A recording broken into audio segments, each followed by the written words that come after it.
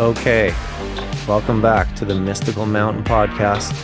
I'm here with Grant Cameron today, and we're going to be talking about UFOs, UAPs, extraterrestrials, all the phenomena surrounding these things, and maybe more. There's a lot of ways that we can go into this conversation today for sure. For those listening, please subscribe and check out the previous episodes. They should be on all the main podcasting platforms: Spotify, Apple, Google, etc. We're on YouTube, Rumble, BitChute, and pretty much everywhere else in between. I'm trying to be. So anyways, Grant Cameron, thank you very much, my fellow Canadian, for coming on today. If you could, because you probably do a bit better job than I would, just give us a little brief introduction about yourself and what you've been up to regarding these things for many years. Okay, so basically the story goes back to 1975. I have no interest in UFOs. I have interest in Edgar Cayce material, and I had done a study at the hospitals on dying patients, the weird things that happen around people who die. No interest in UFOs. And then a small town called Carmen, Manitoba here, maybe 30 miles from the US border, suddenly gets inundated with these UFOs. And we used to drive around Winnipeg, Manitoba, where I live, and basically do nothing. And I said to my friend, I said, hey, we should go out and see what everybody's looking at here. They're reporting this thing in the paper, and it seems to be there every night. And so we said, okay, we'll go. This is February of 1975. We don't go. We just sort of forget about it again. And we go back to driving around the city, doing nothing every night. And then they get a famous film that I have a podcast called the Paranormal UFO Consciousness Podcast, where I'm actually doing a series now on the people who made this film. There was a CKY TV, which is in Winnipeg. They had camera crews going out from CBC and from CTV, and they were trying to capture this thing on the ground. And CTV just about got it the one night, and then the second night, they captured this thing jumping from the ground to at least 3,000 feet in the air in 3 frames of film. So 1/8 of a second it jumps, and they capture this thing on film. And then it flies across the sky, and they film this thing, and it's bobbing up and down, and it's rotating, and it's got all these echoes in behind it, 4 or 5 echoes in behind it. And CKY TV here does a special on it, which is about 8 minutes long, and they slow it down frame by frame, and it's just the most bizarre film, almost like the Nimitz. If you're familiar with the Nimitz story, where the Nimitz captures this thing falling from 80,000 feet down to sea level in 7/8 of a second. Well, this is going the other way, and we actually got on film. Nimitz didn't get on film. We got on film. And so when I saw that, I said to my friend, hey, come on, let's go see what they're looking at. But I still, the way I phrased it is, it was like you buy the lottery ticket, there's a chance you can win, but you're not going to win. There's no way you're going to. Everybody else will see something. When you go out there, nothing's going to happen. And we went out there, and that's exactly what happened.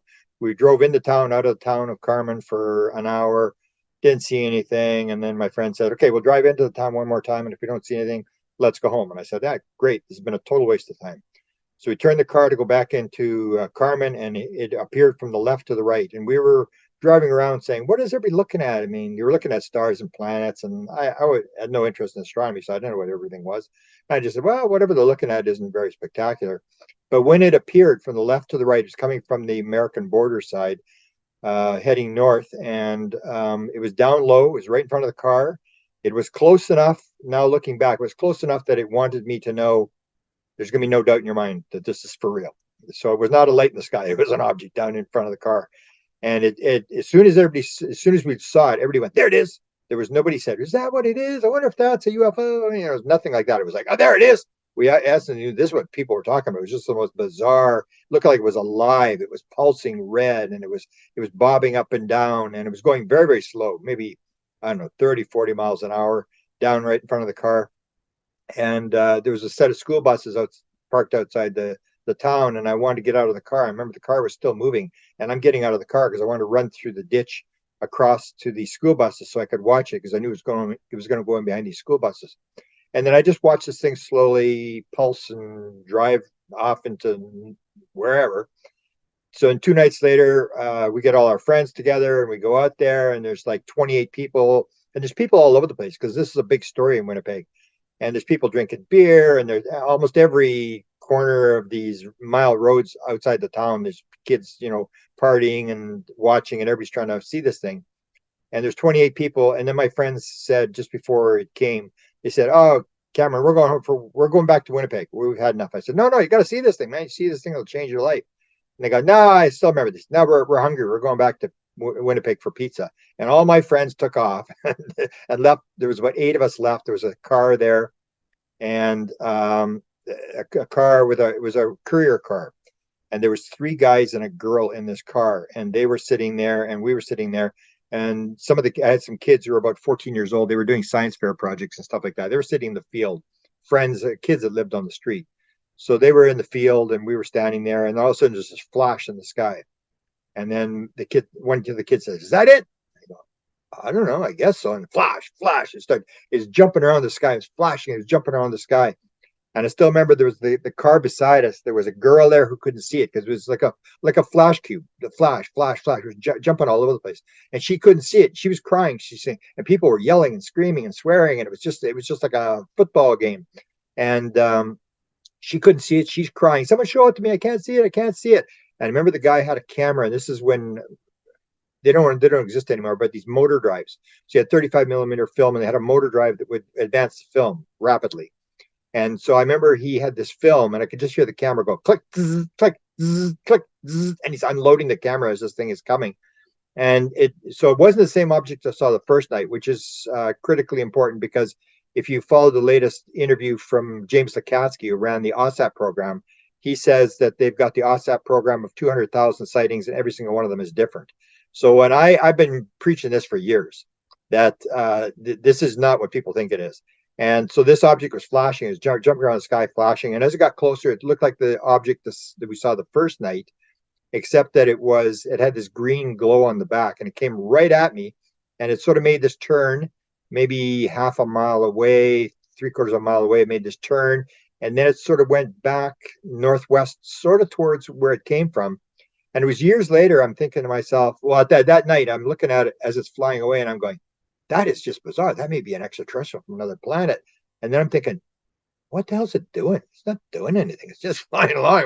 Didn't seem to be doing anything. They made a joke in Carmen, because back in those days, American beer was like water and didn't have any alcohol in it. And we had this joke. They're doing a beer run. They're coming in from the United States, and they're picking up beer, and they're going back home, because we couldn't figure out why it was there.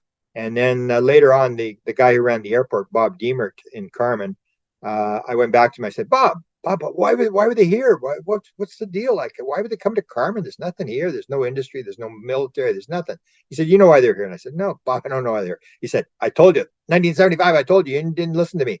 I said, "No, I Bob, I don't know why they're here." And he said, "The missile cells. I told you, it's the missile cells." And then as soon as he said that, I realized, because North Dakota in 1975, if it had been a country, it would have been a nuclear superpower. It had 300 Minuteman nuclear missile silos with like 10 warheads apiece on them and stuff like that. And we all knew those missile silos were there, because we drive through North Dakota and you see these things in the middle of a field and stuff like that. And that was the whole deal. Was he said, "I told you that I was at the border, and there was this the Air Force guy, and they had jammed this thing in over top of a missile silo, and they were told to ram it. And the one guy pulled out at the last minute. He figured it wasn't worth his life, and he took off." And so this thing came towards me the second night, and then it made this turn. And as it's flying away, I'm going like, "What's it doing?" And so that was my whole thing. Was I was so interested in what it was. I wrote up a manuscript, which eventually was published, called Tales of Charlie Red Star. And I put it out, and I remember the local publisher in Winnipeg, where it was a big story. And she said, her rejection letter said, "Mr. Cameron, you may believe in this kind of stuff. Count me among the unbelievers." I'm like, wow, I couldn't believe it. So after that, I never looked at sightings. I said, sightings are a total waste of time. I can tell you what I saw till the cows come home. You're going to believe it, not believe it. Who cares? It doesn't mean anything. I said, I want to figure out what's going on. Somebody's got to know what's going on. And so what I did from 1975 till today is I have only one mission, and that is, what was that thing I saw in 1975? What the heck is going on? And somebody's got to know what's going on. Somebody around. So I started this pursuit. I went after the Canadian government first to find out what the Canadian government had done in the 1950s. That led me to Dr. Eric Walker, who was the former president of Penn State University, who was chairman of the board of the Institute for Defense Analysis, the top military think tank in the United States. He knew what was going on, and we chased him for 8 years and tried to get him to talk put out a book called UFOs, Area 51 and Government Informants, talking about what he had told us. And that led to him going to give some files to the President of the United States. So the Truman Library, I went to the Truman Library and I'm looking for Walker's files to see if this file on UFOs was there. And there was some files, but not UFO files. And that at that point, I said to them, I said, "Hey, so what do you got on UFOs in the presidential?" And they had all the telegrams that were sent to the White House in 1952 when there was a shoot down order. So I saw these telegrams that were being sent to the president of the United States. Don't shoot the UFOs down. Don't shoot them down. And I started this pursuit of going from presidential library to presidential library. And then in the end, I sort of left that and I realized it really doesn't matter whether Biden knows or Biden doesn't know. Who cares? I mean, it doesn't mean anything. The only thing that's important is who's dealing with these things, and what it came down to is experiencers, people who've actually interacted with the phenomena. They've actually almost like they've been chosen. They're here to carry a message, and so I spend most of my time with what I call contact modalities. That there's a field, and there's people who are able to get in that field and get answers and bring them back. And so I've moved towards consciousness. In 2012, I had a consciousness download experience, which came as real as real. It was came with absolute certainty. This has got to do with consciousness. This is what this is about. You want to know what that thing was in 1975? Why is it here? What's going on? This is what it's about. It's about consciousness. And I made that shift, and I took a lot of static for it because everybody said, "Well, you're the president guy. You're the guy with the presidential files, and now you're gone to this woo-woo stuff." And I would say, I didn't really go there. I kind of got teleported there. I didn't intend to go there. Same as I didn't intend to have a UFO sighting. I didn't intend 99% of the things that happen in the UFO field happened to me. I didn't intend to have them. They just sort of like you're getting this guiding force that sort of gives you hints from time to time as to where to go. So that's been my life, is chasing this thing, but it's more now into consciousness and what's the nature of reality, because I think that's what this is all about. It's what I call the theory of wow. What we're looking at is not what we think it is. It's just it's a breadcrumb show, and we're standing on the sidelines and we're observing. And anybody who thinks they know what's going on is totally not out to lunch, but they are assuming things that aren't probably going to be real. They've told me, I've gotten insights from time to time, and they've told me, you think you know what's going on, you haven't got a clue. And the last message I got, which was just recently, I'm doing a book. I did a book called Managing Magic, which talks about the government disclosing. And now I'm doing a book called Beyond Managing Magic. And it's called Landing the Disclosure Plane. And the message I was given is calm down. We know how to land the plane. And that's when it came with absolute certainty. I knew exactly what they were talking about. And that was the thing that the phenomena is taking us through a loop. They're doing these phenomena. They're doing these weird things. And basically they're changing the zeitgeist, and they're moving us from one understanding of reality to another understanding of reality. And they're making us figure it out. They're not going to land and tell us what's going on, because that's the way we do it. We go into a foreign country and we say, we're here to bring you freedom, democracy, Jesus, and McDonald's. And next thing you know, they're pointing a gun and saying, get the hell out of here. Like, who do you think you are? They're coming in and doing it indirectly, where they're making us change the zeitgeist. They're making us figure it. And the way they do it is to do it through weird things.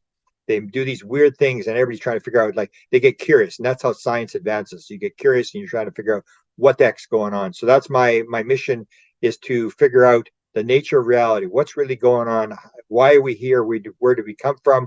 What are these things, and what is their message for us? Okay, excellent summary. Um, if you had to take a guess at it, how long do you think it will be before let's say the general public has a true understanding of what is going on with these UFOs or extraterrestrials, however you'd like to word it? Well, I would say that I was talking about yesterday. There's this I'm just writing up now, this whole idea that Biden, they're going to do the disclosure thing, and people said, well, Biden's not going to disclose. The city has already. He's actually done it already. There was actually his national security advisor stood up and said the president gave permission for this UAP task force to, if he wasn't supporting it, he wouldn't have given the approval. And that's what people got to realize. The president of the United States, people think he's a total idiot and he doesn't know what's going on. And he may act like an idiot because they want plausible deniability. They don't want him having to face these questions. But I believe there is a move on that they are going to bring this out in the presidential campaign, and this thing is being disclosed. Not that I think where Gresh came from, where they're allowing these people to come forward and to move us. So I think in the general public, I think especially with young people, because basically the way science advances, we are no different than any other social or political movement. We think, oh, we're being picked on because we're UFO people or whatever. And if you go back to the father of quantum physics, Max Planck says, science does not advance by convincing your opponent you're right. Science advances by your opponents dying. And the new generation that comes along is not offended with the idea. So what we basically have now is if you go to some kid in school who's like 9 or 10 years old and you say to them, hey, do you believe there's UFOs? Well, of course they believe there's UFOs. Yeah, there's aliens and there's time travel, and the zeitgeist is changing. It's you're waiting for all the old people that didn't believe it, who didn't have that worldview, to die off. So I think basically now I think it's generally accepted. Yeah, this is probably true. People may not believe it's ET or it's multidimensional or whatever people think it is.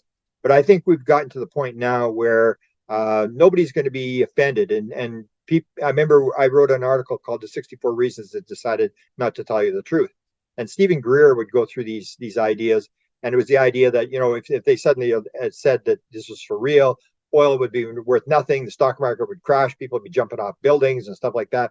And so in 2017, the New York Times, which is the main paper, comes forward and says, "Yeah, the government says they've actually been studying UFOs." And what happened? Nothing happened. Nobody jumped off a building. Nobody committed suicide. It actually everybody just went, oh yeah, I knew that already. Okay, now where are they? Where are they coming from? And that's what happens is we get to one step and people just want to know what the next step is. Because on the internet, the way they have to release this is in little bits and pieces. Because I've actually posted that a 2-year-old child has an attention span between 4 and 6 minutes. Somebody on the internet has an attention span of 8.25 seconds. And that's what you got to realize is these people are just scrolling through their Facebook and their Twitter, and they're just going from thing to thing. And that's what they're doing. They're putting these little bits in there, and people sort of get shocked for 1 second, and then they just go on. So I say to people, they say, we need disclosure. I say, why do you need disclosure? Because what's going to happen? You're going to get disclosure. Say the president stands up, everybody's going to go, yeah, wow, that's pretty cool. And then scroll, and they go on to the next story. People their attention span is so short that you can actually see things like, what's going on with these court cases with Donald Trump. You can say the most outrageous things in the world, and it's a news story for 5 minutes, and then we go on to the next story. So I think disclosure is sort of already here. It's just the level of disclosure. And where I think it's going to change is I tell people, beware what you think this thing is, because it may not be anything what you think it is. I think it's the way I describe it is going to be way less physical than people think. It's going to be way more spiritual than people think, and that's really going to make people angry. It's going to be 1,000 times more complex than people think.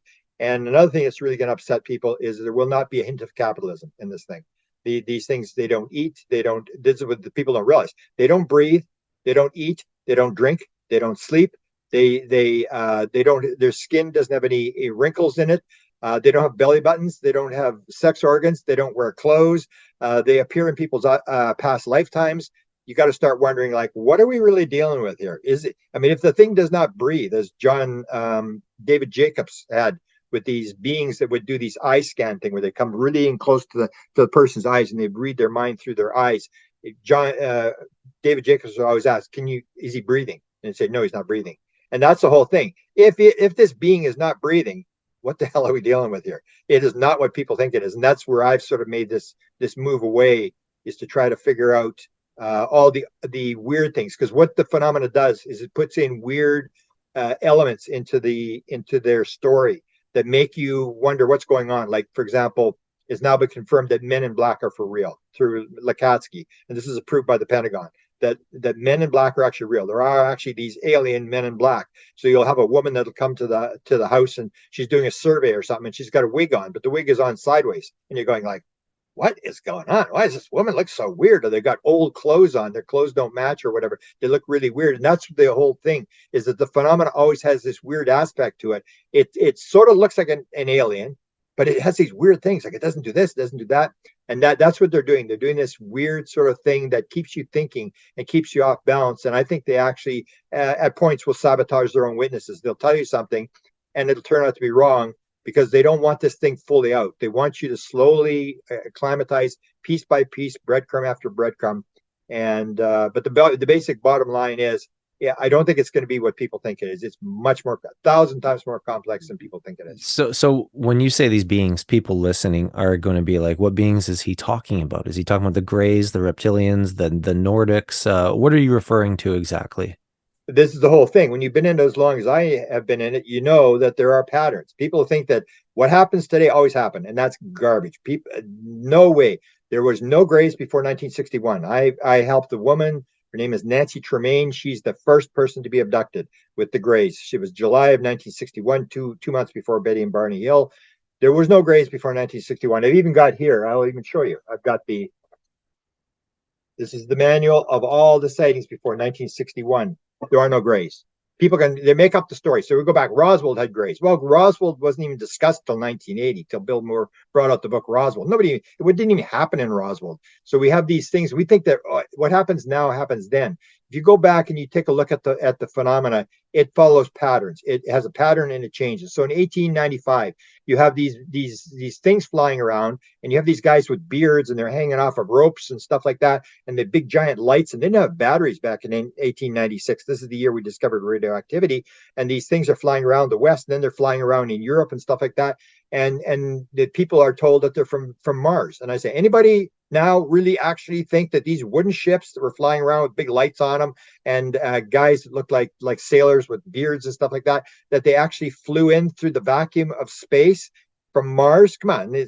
And people don't realize that these things have changed. So you had 1895, you had these wooden ships. Then in 1940, 46 or 45, 44, you had the Foo Fighters that were on the edges of the plane. And then the Foo Fighters went away. And then along came in Sweden, you had the rocket ships, and those things are still there. In Sweden, they claim they don't have any abductions. They got these rockets that fly across and crash into swamps, and they've been doing this for like 80 years. And they that's the big thing over there, is to go to these swamps and try to recover these things.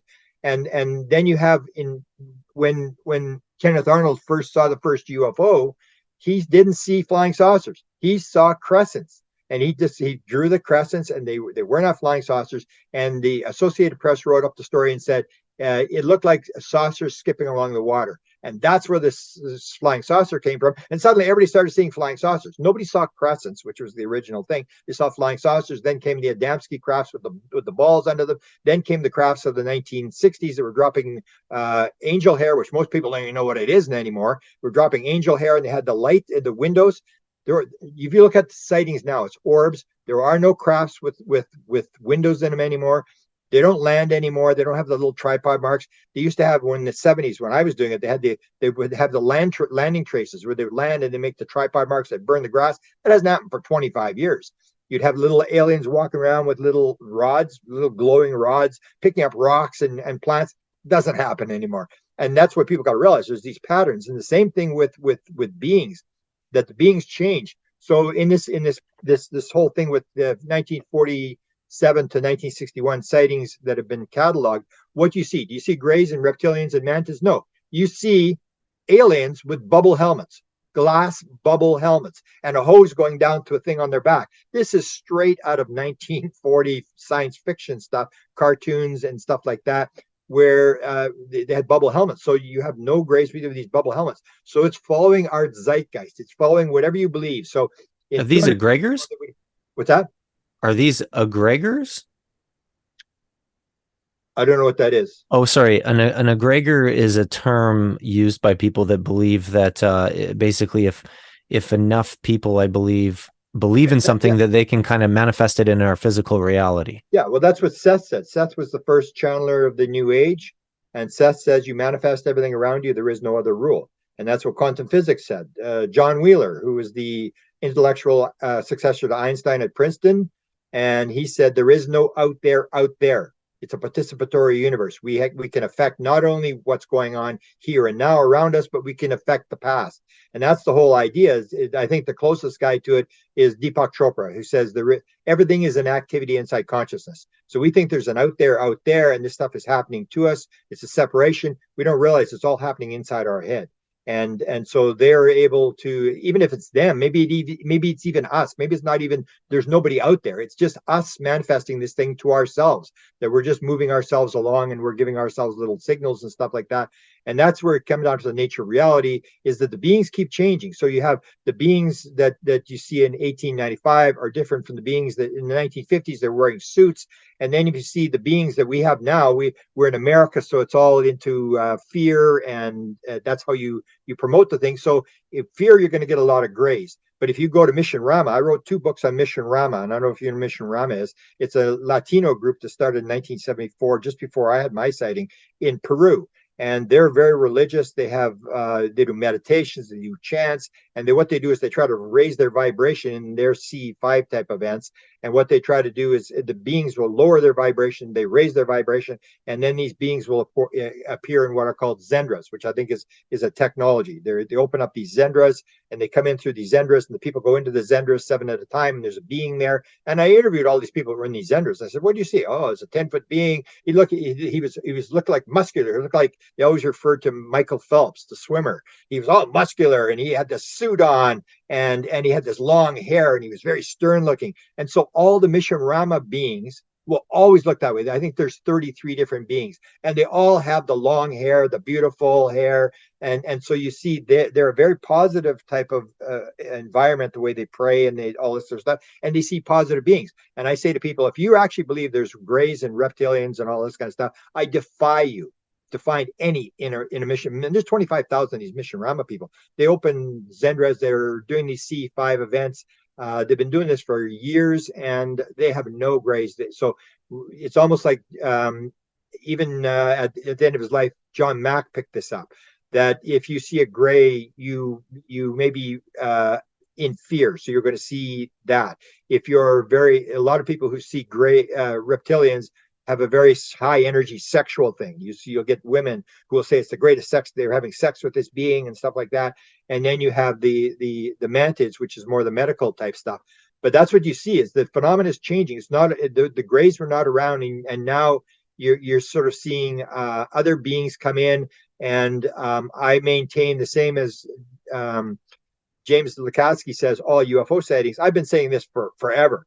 If you take a look at all the being sightings, and I did it once with a PowerPoint presentation, where I take a look at all the grays, you say, "Oh, it's a gray." And then if you take a look at Betty Andreasen's gray, you put it against Whitley Strieber's gray, you put it against Betty Hill's gray, they're not even close, not even close. You go, and then you can see the difference that people are calling them, but it's this thing they're pulling out of their subconscious and creating it in their mind. That I maintain that all the beings will be different. They're all different. The same as that's the pattern in the universe. All leaves on a tree may appear same. They're not. All snowflakes are different. All humans are different. Even identical twins have different fingerprints. That's the pattern and that's what you have, this pattern, which I think is so important. This revelation that all the UFO sightings in the OSAP database are different. And that's a key point. That sort of throws it all out, that there is 10 races and they're coming, and there's the Tic Tacs, and then there's the flying saucers and stuff like that. No, if you start taking a look at the data, and I've done that for years, you start realizing no, they're all different. And that's the thing, is that we are part of the experience. So why are they different? Because we are part of the experience. Same as if you have a near-death experience, you talk to people near-death experience, the basic pattern is the same. Yeah, they go through a tunnel. They may go through a tunnel. They have a being, but some will see Jesus, some will see God. The tunnel always looks different, and you start looking at it, and all the experiences are different because we're painting the picture. It's not something out there that's showing to us. We're painting the picture, and that's the key that you got to remember. We are part of whatever is happening around us, and that Yeah. we actually may be the ones creating it. So, I mean, I suppose maybe you've already kind of explained it, but I was going to ask you, like, what exactly do you think these supposed extraterrestrial encounters are? Are they ourselves? Are they emanations of our ability to manifest? So somebody may ask, well, Grant, if they're just emanation, if they're manifestations of people's beliefs, then why don't we just have random things popping up in our reality? Like, why don't I walk outside and there's a monster truck or something if I want one out there, or something like that, how come it seems to be happening with these extraterrestrials, but not just with other random things in life? Well, it does happen in random things with life. I mean, people will describe all sorts of different weird events happening. It's like I call it the theory of wow. So when you go to Skinwalker Ranch, what did they see? They saw a dog man standing along the fence smoking a cigarette. Now, what the hell's that all about? That's what they want. They want it really weird. They want the dino beavers. They want people to tell these stories, these bizarre things, or Sasquatches, or it just keeps changing, but it's never the same thing. So you won't get these. If you go back in history, you'll see it keeps changing all the time. And it's like a joint manifestation. So that's why I say it gets more complex. So one of the big 5 events in my life was I saw a guy by the name of Dr. Michael Newton lecture in Arizona. And I didn't want to go in the lecture. I really wasn't interested. He wasn't in UFOs or whatever. And his was the whole thing about 7,000 regressions that he'd done. And there's now 35,000 last I heard, where they take you and they regress you to your past life. They let you die and take you into the spirit world. And you describe what's going on in the spirit world. And that, if that is true, and that's 35,000 people all saying exactly the same thing. Basically, the way it works is we all sit there before we come into the world, and that's where it comes down to what are we here for? Like, where did we come from? Where are we going? So you come into the world, and if reincarnation is a fact, then we all agreed to come here to do something. And that's what we've got to first of all realize, that there's nothing random going on here, that we are part of what's happening. So you agreed, you and I had a meeting before we were born, and you agreed you're going to do a podcast, and then you're going to have me on the podcast, and I'm going to do my thing, and we're going to link up at certain times and whatever. And that a lot of this stuff is pre-planned, that we're doing this kind of stuff. So we have these events, and we do it, and we think it's random when in fact a lot of this is planned. So when you have an event that seems so key, it's almost like someone shows you the answer. And that's what happened to me in my download experiences. It's like I knew it already and I forgot, and then they showed me and go, oh yeah, I remember that now. It's like it comes with this absolute certainty. So so people can manifest whatever they want. In fact, there are no two things the same. That's why I say, if you take a look and actually look at whether it's tree leaves or snowflakes or aliens or UFOs, they're all different. So you say, well, why doesn't everybody see the same thing? And that's the key point. Not, can someone see some weird thing? People will see these things shape-shifting, changing shape, as I did. I had as I told you, the one exciting, it started as this object jumping around in the sky. It was jumping all over the place. And then it changed into this other object as it came in, which was this red object with this green glow on the back. And I had one in 76, which where the thing sat on top of the car. That was one of the first triangle experiences. And people will say, oh, the triangle's always gone back. Nah, baloney. I'd never heard of triangles before until I saw one in 1975. And it was completely different than everybody else's triangle. And what happened there was we had these ground lights, which is now orbs. We call them ground lights. There was not even the word orbs. Nobody even knew the word orbs. Now we know that Bigelow was investigating orbs. OSAP was investigating orbs. Orbs is a big deal now with these orbs. And we had them on the ground. And I had these kids in the car and I was showing them. I would flash lights at them and they would flash back and they would go side to side on the road and stuff like that. And then all of a sudden, I suddenly it started beeping, whistling at me. This object that was sort of in a field off the road started doing this beeping, whistling. And then I sort of panicked. And I thought, oh my God, I got this thing all angry. Now the big one's going to come. And I looked up on the American border, and there was this giant arc welding like sitting there. And I go, oh my goodness. And I go back into the car and I'm just petrified. And my hands are shaking, the scariest moment of my life. And the kids are all jumping around. They're all excited. And they're, hey, it comes, And it went and it dropped this blue beam down on top of these orb lights, and then it went and I could see it out of the side of my eye, and I was saying, don't turn. And the thing's going along, this arc welding light is moving, and then it comes in front of the car, and then I'm looking, and then as it's coming down the road, it makes the turn, it's coming right down the car. I go, oh my God, it's gonna come, we're gonna get abducted, the kids aren't coming home. Why did I do this? And I said to the kids, I said, give me my binoculars.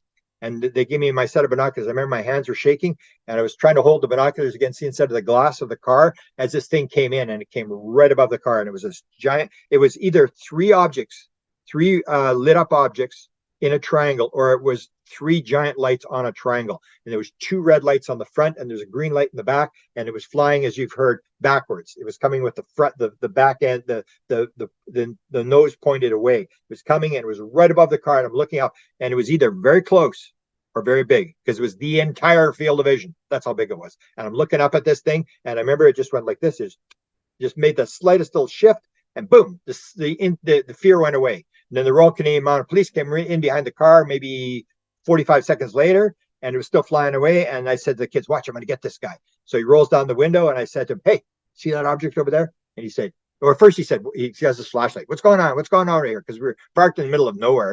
And he said, what's going on here? And I said, see that light over there?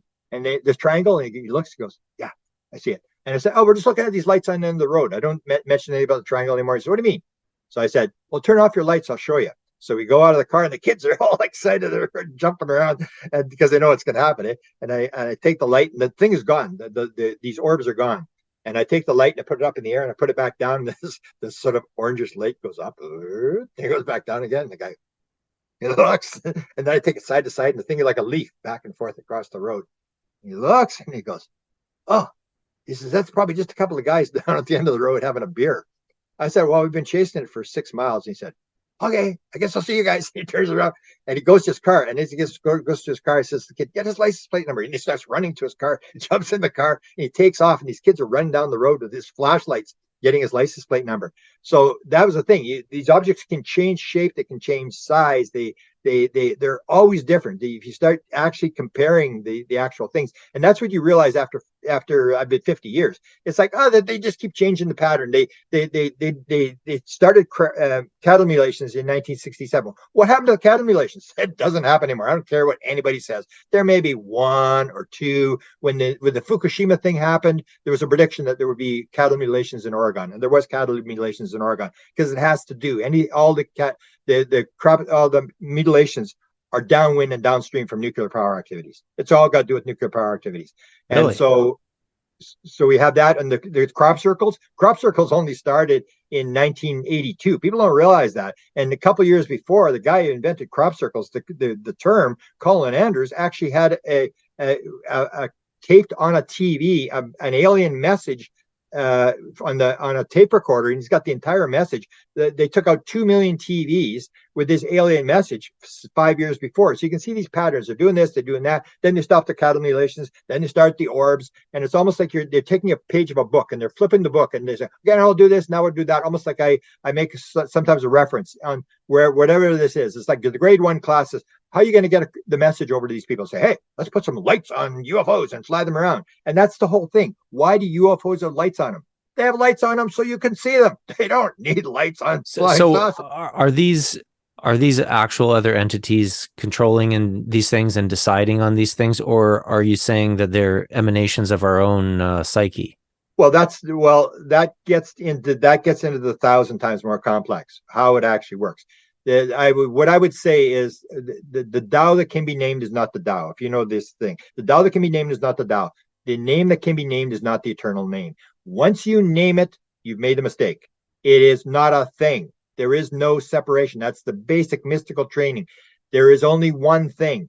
It is the source. It's whatever you want to call it. It's one thing. It's a verb. It's alive. We're all part of the same thing. But we want to do the separation thing. We say, oh, there's me here and there's you there, and I'm the good guy, therefore you're the bad guy, and there's a separation. There is no separation. That's where Deepak Chopra says everything is an activity inside consciousness. There's just this one thing that's alive, and it's all happening and we're part of this sort of thing. So we could be manifesting it. There is no them and us. We're all the same thing, even though there may be this thing where you play this role, I play this role, but we're all playing the same role. That's the Michael Newton thing, that we all come in and we play these little roles. All the world's a stage. All the men and women are but actors. And when you die, if reincarnation is a fact, your life will become a dream. You'll realize it was a dream. You dreamt this thing, and in your next lifetime, it'll be a forgotten dream. You won't even remember this lifetime. We're getting all upset about this lifetime. So it's this idea that it's all one thing. We're all connected in this sort of thing. And that's what you see. I wrote a book called UFO Sky Pilots. And the key thing, and Lakatsky actually confirms this now. He said UAPs is going to be involved with material stuff and psychic phenomena. And that's what I found on the ships, was that when you go on the ship, the people will report that they fly the ship. And I have 36 people. It's the only case study there's been done of it. And they all say the same thing. The craft is alive. It's conscious. Everything's conscious. You touch something and you become one with the craft, and whatever you think is what the craft does. And you can say, my one friend said, they asked him, where would you like to go, Ryan? he said, I'd like to see the Milky Way from a distance. He said, it'll take about 1 second, sit in this chair, put your fingers on the end of this chair. And he sat there. He said, intense G-force. He said, boom, in 1 second, the window was open and he looked and there was the Milky Way in the distance. You can go anywhere you want. But the key to that thing is it's almost like the Lakatsky UFO sightings. Even though it's all one thing, they're all reporting the same thing. There's this common element of you touch the craft, it becomes one, the craft's bigger on the inside. You can see in 360 degrees and stuff like that. The key is when I looked at the data, not one of my 36 people reported the same thing as somebody else. One touched a beehive in the middle of the ship. They had a pedestal with a beehive. One person touched a ball, one sitting on the end of a chair, one put his hand, the U.S. Air Force retired colonel put his hands on a panel. Everybody was reporting something different. And that is significant when you see that everybody's telling the same story, but there's these different details in it. It's almost like we're part of the experience. And that's what we want to separate. We want to say there's these evil aliens, they're out to get us. We need some guns, we need to shoot them and stuff like that. And we have this separation. There is no separation. Separation it appears to be there, but we got to realize we're all connected. So we are part of the experience. Now, whether we are the aliens, because a lot of people will say, when you talk to experiencers, they say, that's my family out there. I belong out there. I used to be a gray. Or if you take a look at the owl guy, Mike Clellan tells a story where he's on the side of a road and he's sleeping. And he said suddenly he wakes up and there's this, looks like a UFO up on top of the hill. And he said, next thing he knows, he's out of his body and he's above the craft. That's where it comes down to. You think that you're going actually somewhere. And in fact, it's this out of body thing that most abduction stuff is happening out of body. And he said he goes onto the ship and it's like a gray alien costume and he puts it on and suddenly he's a gray and he's walking around, he's looking at his hands, I'm a gray. And this, let me get this straight then. So essentially what you're saying is that extraterrestrials, these beings that people see and encounter, are not the equivalent of like what I am right now to you. Like I am another person, here in British Columbia, you're over there in Manitoba. The extraterrestrials are not necessarily like that. They're more so just like our creations of our own consciousness. They are part of the system. You gotta remember, first of all, they don't breathe, they don't drink, they don't sleep, they don't eat. They are not extraterrestrial biological entities. There's no way. It's the whole idea. So when you look at the government statements, what does the government say? The government will always say, NASA comes out or the Aero Board comes out, and they always say the same thing. We have no proof that it's extraterrestrial in nature. And they keep saying that. And everybody goes, oh, they're lying, they're lying. No, they're not lying. That's exactly what they're saying. That we don't believe. Even Jim Semivan, who got the UFO briefing, he said there does not appear to be any there. Now, what the hell does that mean? There does not appear to be any there. He says, people say we just got to put the dots together. He said, I don't think there's even any dots. They realize this consciousness thing, that it's some sort of weird sort of thing where we're part of it, it's part of us, and it's manifesting. It may be all a play that this has all been done to raise consciousness or whatever. It's definitely not going to be the separation where they're coming from other planets. The only thing I would say, and this gets in a whole nother field, is if they have any technology at all, the government, I think it has to do with portal technology. This idea of moving around, time travel, all this kind of stuff. That I think every time I've looked and chased down anti-gravity stuff, it's gone nowhere. Every time I've chased down the portal thing, it's gone somewhere. And in fact, where would they have got that from?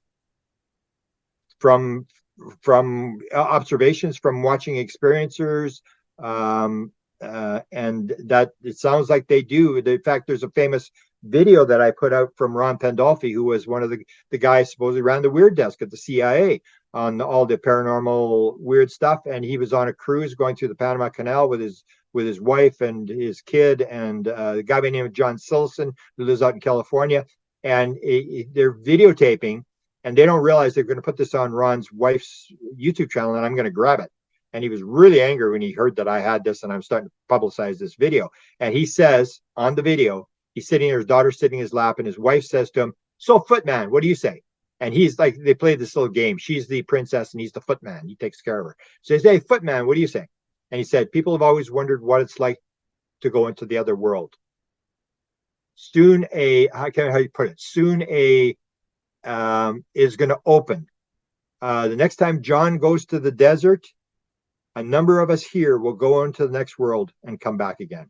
And that was on tape. And he didn't intend this to be put on the internet. I grabbed it. And when you hear a guy at that level say this to his wife and to these people sitting around, then you go, wow, it's for real. And I got a confirmation from someone I know very close. I said, I'm getting tired of this portal thing. I mean, it's like UFOs is always the same thing. It gets very frustrating after a while. You're chasing it, and you're sort of getting somewhere, but you're not getting anywhere, and you get frustrated with all the stories and stuff like that. And I said, I think I want to give up on this. This portal thing.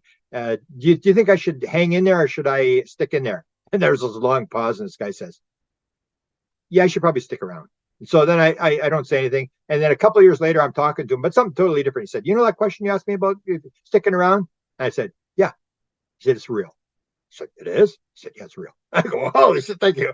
So that's as much as I know. I mean, I talk to, for example, you get these little clues, and that's what I'm trying to put together now. How does this actually sort of fit together?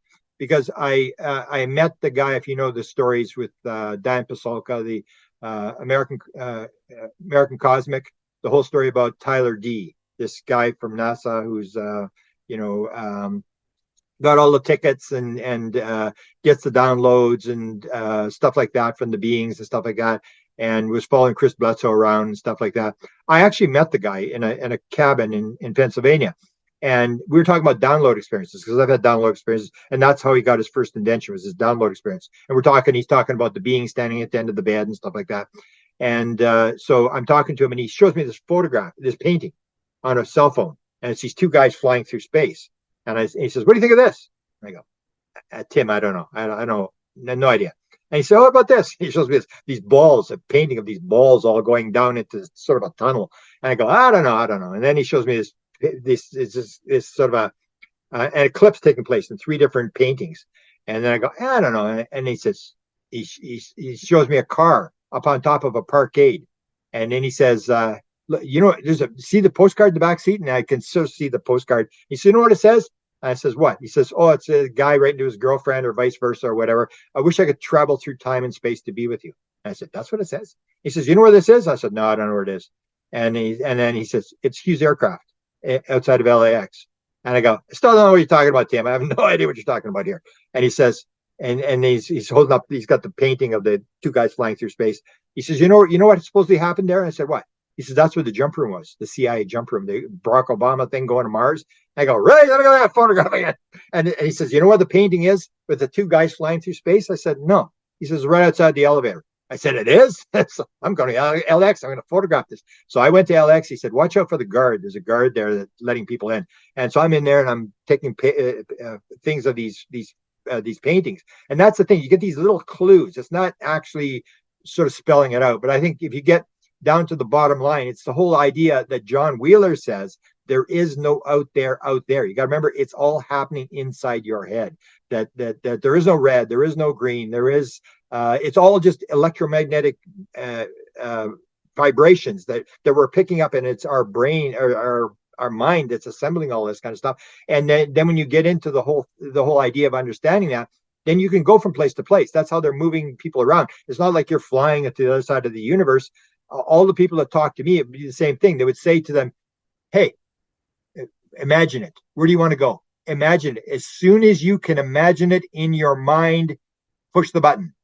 And then there's 2 women. They push the button, and boom, they're on the other side of the galaxy instantaneously. And that's the whole thing. It's this idea where they're saying it's in your mind. You go within your mind, and that's how we move from place to place. That sort of thing. It's 1,000 times more complex than people think it is. It is definitely not them flying through time and space and getting lost and coming here, and then little pieces start falling off the flying saucer. I said, this is the most ridiculous thing in the world. Come on, you can't possibly believe flying saucers, the pieces falling off the flying saucer. Do you think it's do you think it's a similar thing happening with the cryptids, Sasquatch, Dogman, et cetera, et cetera? Is that kind of the same thing?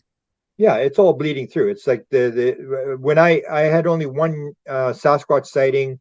This is 1976 in Manitoba. So we had all these. We had one kid who was probably abducted, but they had a lot of UFO sightings, but very simple, like ground traces, which don't happen anymore. And then we had the one Sasquatch sighting. So it was it used to be an Air Force base at Portage Prairie, Manitoba. It's not an Air Force base anymore. And it happened along the south fence. And they said there was a Sasquatch sighting there. And I go, I don't know about Sasquatch sighting. So I go, okay, I'll go to see the Sasquatch sighting. And I went there, and there was a woman who had her kid had colic in the middle of the night. It's 3 o'clock in the morning, and she's got her kid in the living room or the kitchen or whatever. And there's this 9-foot window, and this being's looking in the window, and she just freaks out. And all of a sudden, the dogs are barking, and the dog across the road was on a chain. And the owner said he thought the dog was going to choke itself. It was so determined it was going to get off this chain. So there was an Aboriginal tracker took me where this happened, and in behind the house. And we went along, and there was just this little set of bushes along this sort of a creek going in behind the house.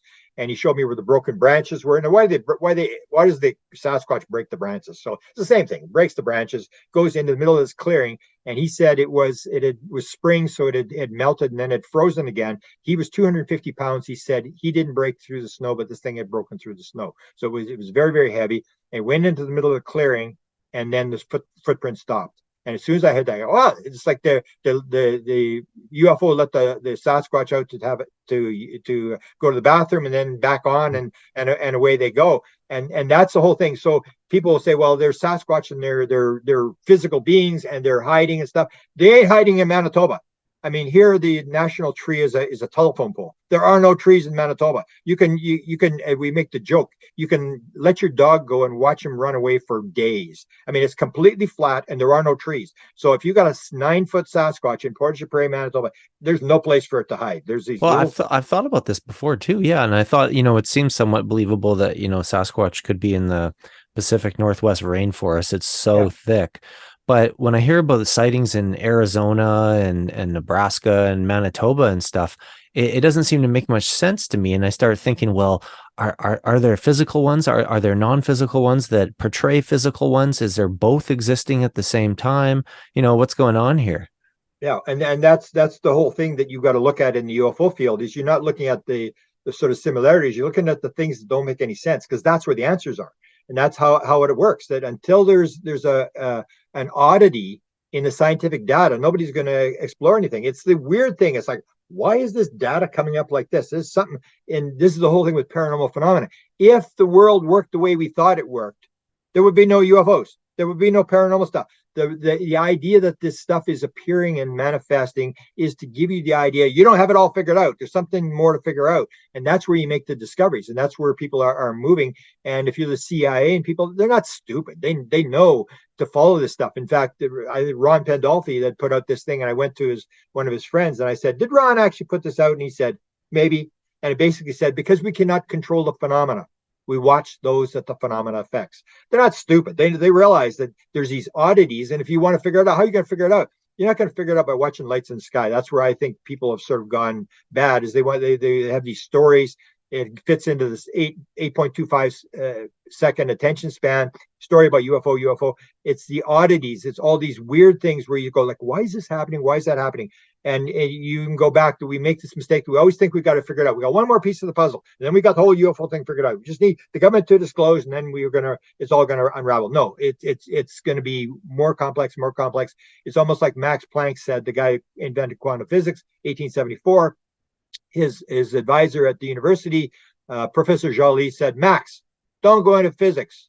There's nothing to do. We've got it all figured out. This is 1874. It's like, oh, we got it all figured out. We got all the pieces together. That's a mistake we make. And that's what the advantage of the UFO thing is. It's telling you there's something there about reality that you haven't got straight. Otherwise, this stuff wouldn't be happening. People are telling the truth. People are describing exactly what they're describing. And that's the thing, is to put these weird things. That's where you get these weird things where you go, the being, I would even say to people all the time, when somebody's on board a ship, I'd say, hey, let me ask you a question, because people say, were you scared? Did it hurt you? Did they probe you and stuff like that? And I always say, hey, let me ask you a question. Did the alien have any clothes on? And they go, no, I don't think so. And I said, don't you think that was weird? And they go, I never thought about it before.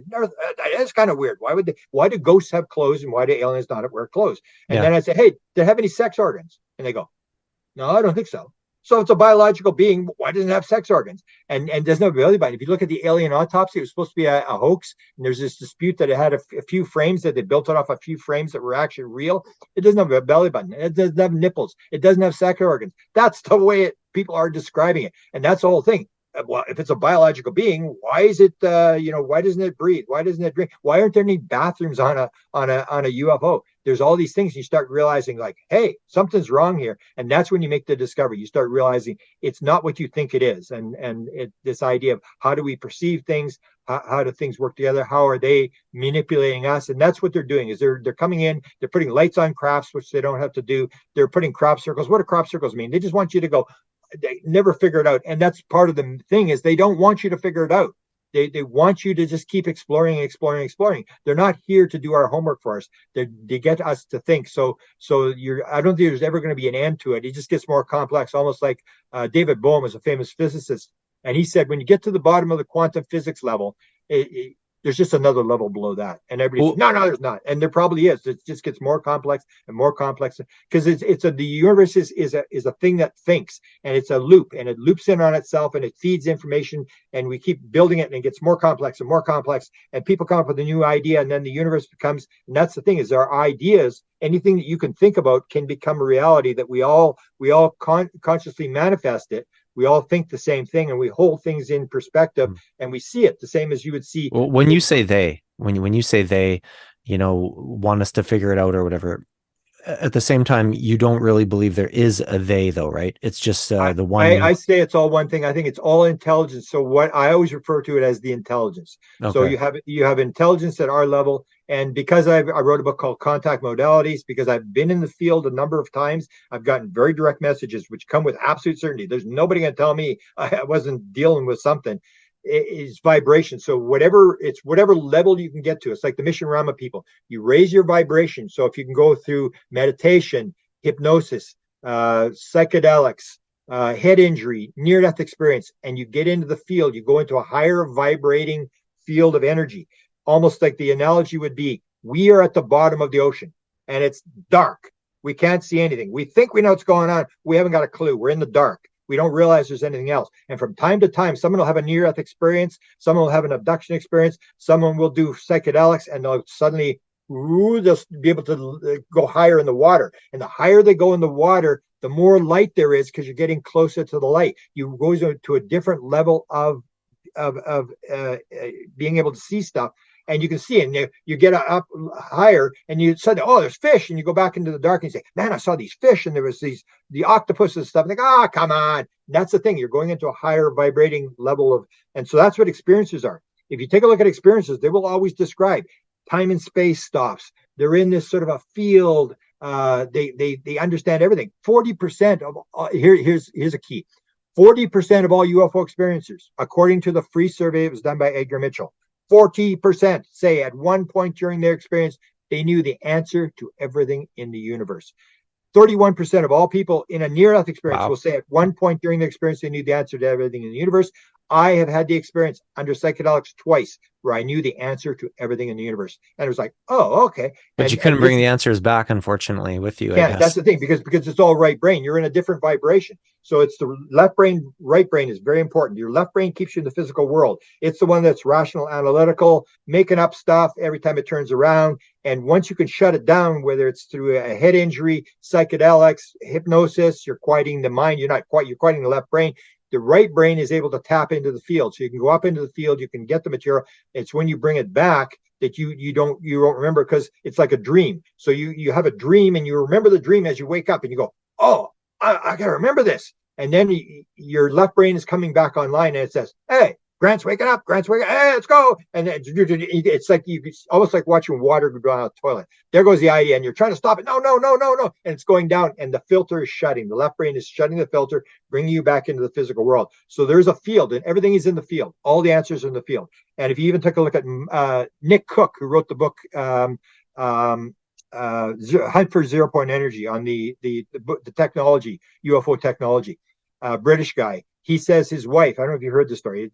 And I've interviewed people who've had exactly the same experience. One was a near-death experience person, one was a person in a float tank, and the other was a woman who did regression type material. And Nick Cook's wife is got her mother's dying. She's sitting beside the bed. She's holding her mother's hand, and her mother takes her last breath. And Allie stands up and she says, "Everything's perfect, thank you." And she goes walking out of the room, and Nick Cook goes, "What are you talking about?" And he goes to her after, he says, "What do you mean? Your mother just died. What do you mean everything's perfect?" And she said, "Well, weren't you there?" He said, "No, I wasn't there." What do you mean? Where was I? And she says, "Well, I was in this field and there was no time and space. And I knew the answer to everything. And everything's exactly perfect. Everything's exactly the way it's supposed to be." And then she said, but I wasn't allowed to bring the information back. So you remember that you knew everything, but as the filter shuts, as you come back in, you forget the whole thing. Same as in psychedelics. If you do very high dose psychedelics, 5 grams and above, it's very hard to remember stuff because you're in that very high field. It's very high vibration, very high energy and stuff like that. And you say, "I'm going to remember this. I'm going to remember this. I'm going to remember this." And as you're coming back, it's just like a dream. It's just everything's just sort of disappearing. And so that's the whole thing. Everything's in the field. Everything is one thing, and everything is consciousness. There really is no physical world. If you break it down, it's all energy fields. We're making these assumptions that those things are solid, and we've done it forever. We think, "Oh, everything's solid." No, it's not. It's 99.999999999% space. It appears to be solid. It appears to have colors. It's not. This is the whole thing. That's where they're taking us to this idea. What is the nature of reality? What is actually going on? What are you actually seeing? What is actually taking place? And quit making these assumptions that there's things that are solid and there's these solid aliens and we can shoot them down and all this kind of stuff. We just sort of are pulling these old ideas from the 1850s out when they're trying to give us these new impressions that everything's not solid, everything's that you can move from one place in space to another. There's no time and space. That's where people, if you talk to experiencers, they'll say there was no time and space. It was like Chris Bledsoe when he got abducted. He said he was gone for 4 hours. He said, I was sure it was for 4 months. Or people who did DMT, people will say 2,500 years. It was 10-minute experience. Oh, They said, man. I was gone for 2,500 years. And that's the whole thing. You start saying, is there time and space? What's really going on? And that's what they're trying to get us to think. They're trying to get you to realize it's way more complex than you think. And when you start thinking about these kind of things, and that's what I think the CIA and all these people are doing, they're into this consciousness. They know that this is a key thing, and either we figure it out or the Russians figure it out. And it has all this technological, and that's why they went to Skinwalker Ranch. People say, they were doing the OSAP study, they were doing the UFO thing. I said, nah. Lukatsky went to Skinwalker Ranch, and this thing appeared, which was off the cover for the music for The Exorcist, and it appears in the living room in the kitchen. He's watching this thing, and it's almost like they said, "Welcome, Dr. Lukatsky. We thought you'd never show up." And of course he gets all into it, and he gets the DIA, and the DIA goes in, and that's what they're trying to figure out. They're not trying to figure out UFOs because Jacques Vallée said in 96, 97, when they first bought Skinwalker Ranch, he said, what are we doing? There's no UFOs here. What the hell are we supposed to do? There's no UFOs here. There's everything but UFOs. And that was the thing is what they wanted to do. They wanted to figure out the weird stuff. They wanted to figure out what is the nature of reality, what's going on. Because the woman will report, she comes home, has the groceries, puts the groceries on the counter, puts them all in the counter, in the cupboards, and goes in the next room, comes back in, and all the groceries are back in the bag. That's what they want to know. How the hell do they get the groceries back? Or the bulls, they take the bulls and put them inside a locked trailer. How do you get the bulls inside locked trailers? That's what DIA was trying to investigate. All these weird things. How does all this weird stuff happen? And what do you make about the negative health effects that people have seemingly got at Skinwalker Ranch compared to that usually doesn't happen to contactees and stuff? Well, okay, the Skinwalker Ranch has sort of been overplayed. If you take a look at what Bigelow said when he was asked, what was Skinwalker Ranch all about? He said it was all about messaging and gaming. It was about messaging and gaming. There was no real injuries. The ones that they reported that happened, where Bigelow said he decided it was time to sell the ranch, is that these guys came in. And you got to remember, you got to take a look at all the factors. They were special forces. They were armed, and they were hunting the Skinwalker. And the Skinwalker says, you want to play that game? We can play that game. Yeah, sure. You want to play that game? And that's the whole thing. George Knapp said it. Those that were the most aggressive to the phenomena had the worst experiences. Brandon Fugel, who now owns the ranch, said it's reflective, that they warn people before they go on the ranch. This thing is reflective. Be careful what you think. It is reflective. So you take a look at this Travis Taylor, and I laugh. People think I'm mean, but I laugh. He goes on to this, it's bull. Come on, this is garbage stuff. And then they have the episode where he gets hit with the he said, "You guys are all Looney Tune. You guys are all crazy." And then he gets hit with the radiation stuff, and then he goes, "I've gone crazy with you guys." And it's like they almost go on. Or the guy, the manager, he goes on. He says, "I don't see what's so big about this." He's doing an investigation. He's doing a investigation of the property, whatever. And he said, I can't see this." And he said, next thing you know, he's dizzy and he's against the wall and he's sitting down. And it's like they're just going to show you. Or when you take the stuff back. So you have these special forces guys who are armed, who are out there, who hunted the Skinwalker, and they take it home with them. Well, anybody who's done any sort of paranormal experience knows that's called an attachment in poltergeist, that you can get attached. If you get the ghost experience, it will follow you home. This is common knowledge. But Chris Bledsoe, it followed him home, and he was healing people with it. So it depends if it's a positive thing, if you take it home. So that's what George Knapp said. The people that had the wine bottles flying across the room, smashing against the walls, when you take it home, if you're negative towards this thing, and if you have this bad intention, that's what you're going to take home. You're going to manifest whatever's in your head. You are part of the experience. It's not like some evil thing. And so you'd have people, George Knapp went on there, and Combe Kelleher, they said, nothing ever happened to me. George said, I would love to have had something happen. Nothing ever happened. So they had the stuff that was happening, the hitchhiker stuff, but it wasn't happening to them, it was happening to their wives. But it wasn't the real negative stuff like these guys that were coming. And in fact, if you take a look, I've written this up in one of my books. I write up about the same night they tell the story about the kid getting bombarded with the orbs, the blue orbs, and on the East Coast, his father goes home, and then this kid's having the thing. On that same night, they were doing a briefing. They had run out of money. OSAP had run out of money, and they were trying to get more money. And they went to Homeland Security, and they were trying to get money. So how do you get money from Homeland Security? You scare the living daylights. They were all this evil stuff that had happened at the ranch or whatever. And they had an event at the second homestead at the ranch where they had an event happen while that briefing was going on. And that same night that they gave this very horrible briefing, where the Homeland Security guys went home and said they could not sleep after that briefing, that's when that thing happened with the kid with the orbs. And you see it's all connected. All these events are connected. That if you want to play the evil game and you want to play negative, the phenomena will become negative.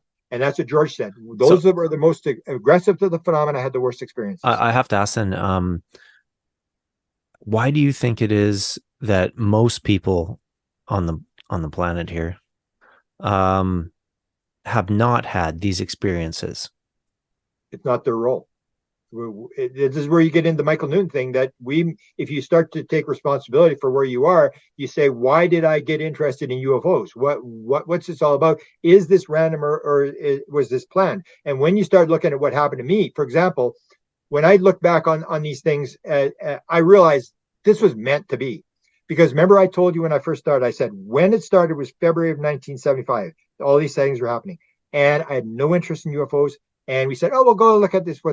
Never went. We never would have gone if it had not been for the CKY film. The CKY film was in May, right after the Vietnam War ended. They had the film. And then when I went and interviewed these guys on the CKY film, they had almost got it the night before. They're trying to go out. They had this crew. They had 10 people. The thing was on the ground. They had brought a car in from the north and was trying to surround it and come in and get in close. And the car on the north side actually got within a couple hundred yards of this thing. It was sitting in behind a tree. And it was off the ground. It was 50 feet tall, blood red. And there was a hedge of trees, just a windbreak tree line. And this thing was sitting above the trees, and it wasn't touching the ground. And they looked around to get their perspective of where they were. And these were pilots. And the editor of the newspaper was there as one in this car. And they looked around, and suddenly it's gone. And they go, it disappeared. They thought it disappeared. It actually jumped in the air. The guy that was at 8 1/3 miles away with the big TV camera, he'd never shot a TV camera before in his life, because the film producer, or the producer at the station, had said, this is garbage. We're not doing this UFO. You guys want to go? I'm not paying any more overtime. You guys want to go and chase UFOs and go on your own time. So they had a volunteer crew went out. And here's the thing. Is this random or is this pattern? So the guy's sitting there and he says, I'm looking in the viewfinder, He said, I'm looking down the road, and you can see this thing's glowing up, and it would glow back down, would glow back up. You could tell it was on the ground. It was, and he said, the next time it glows up, I'm going to shoot because I got to get something on film. We didn't get anything. They didn't get anything the night before. So he says, and it was almost like the UFO said, "You ready to shoot?" And he goes, as soon as it glows up, he pushed the trigger, and that's when it jumped in the air. And then it flew across the sky. And then the reporter told me when I interviewed these guys, he said, and it was backwards. I said, what do you mean it's backwards? He said it went across the sky and then it jumped in the air. I said, I know it's impossible. I'm telling you, I saw the film before they cut it. It was backwards. And that was what got, if it had not been for that film, I never got in the UFO business. It's almost like we need Cameron to come out. And remember I said when the first time, when it flew in front of the car, it was not a light in the sky. It was something that would make, that I never would go after sightings because I was so close to it. It was so clear what I was looking at. I didn't have to doubt. So it was like, drag him down the rabbit hole. And so the idea that was a random event. I don't believe it was a random event. I believe they dragged me out there because they wanted me to have this experience and they wanted me. And that's what all experiencers will say. I'll ask them, I'll say, hey, you think you're on a mission? And they go, yeah, I think so. I don't know what it is, but I think I'm on a mission. Or they'll say, yeah, I'm on a mission. And they'll start telling you their mission. And people will go from people who were really scared when it first happened to, you know, they're evangelists and they're telling everybody what's going on and stuff like that. And people will say, yeah, we're on a mission. They actually do not believe this is a random event, that they were sort of chosen for something and they're out there. So this is part of the whole deal is we got to stop the assumption that there are these random events, that this may actually have been planned, that we were part of this whole thing, and they were all playing a role, and that you're doing your thing and I'm doing my thing, and they're dropping breadcrumbs. Yeah, I got to tell you about my experience. One of my experiences I had at ESETI Ranch in Washington State. Okay. It's just 5 miles as the bird flies, basically, from Mount Adams, which is a giant 12,000-foot stratovolcano out here. And I'm not sure if you're familiar with it, but it's I had a sighting there. It's really renowned for a lot of stuff now, kind of like Mount Shasta. Anyways, I went there to James Gilliland's ranch there, and I spent like 3 nights or so. And they do the little thing each night where they sit out in lawn chairs in his field and look at Mount Adams and Skywatch and all that, and look to see what they can see. So I hadn't really seen much yet. And I was saying to somebody sitting beside me there, I was like, I kind of feel like I see something very, very, very faintly kind of moving around up there in the mountain, maybe around 9,000 feet level, at the south face we're looking at. And like I have pretty good vision, and I felt like it was something that you could barely see with the naked eye, but I could see it. Maybe, I don't know if anybody else could. So anyways, I borrowed the one guy's really powerful green laser pen that he had there, because people kind of bring those out to point things out in the sky. And I swear to God, the second I shined it on that spot on the mountain, all of a sudden there's just this big ball of light that kind of just powered up and went whoosh. And I was like, holy crap, like it happened like not even 1 second after I pointed the green laser pen on this mountain.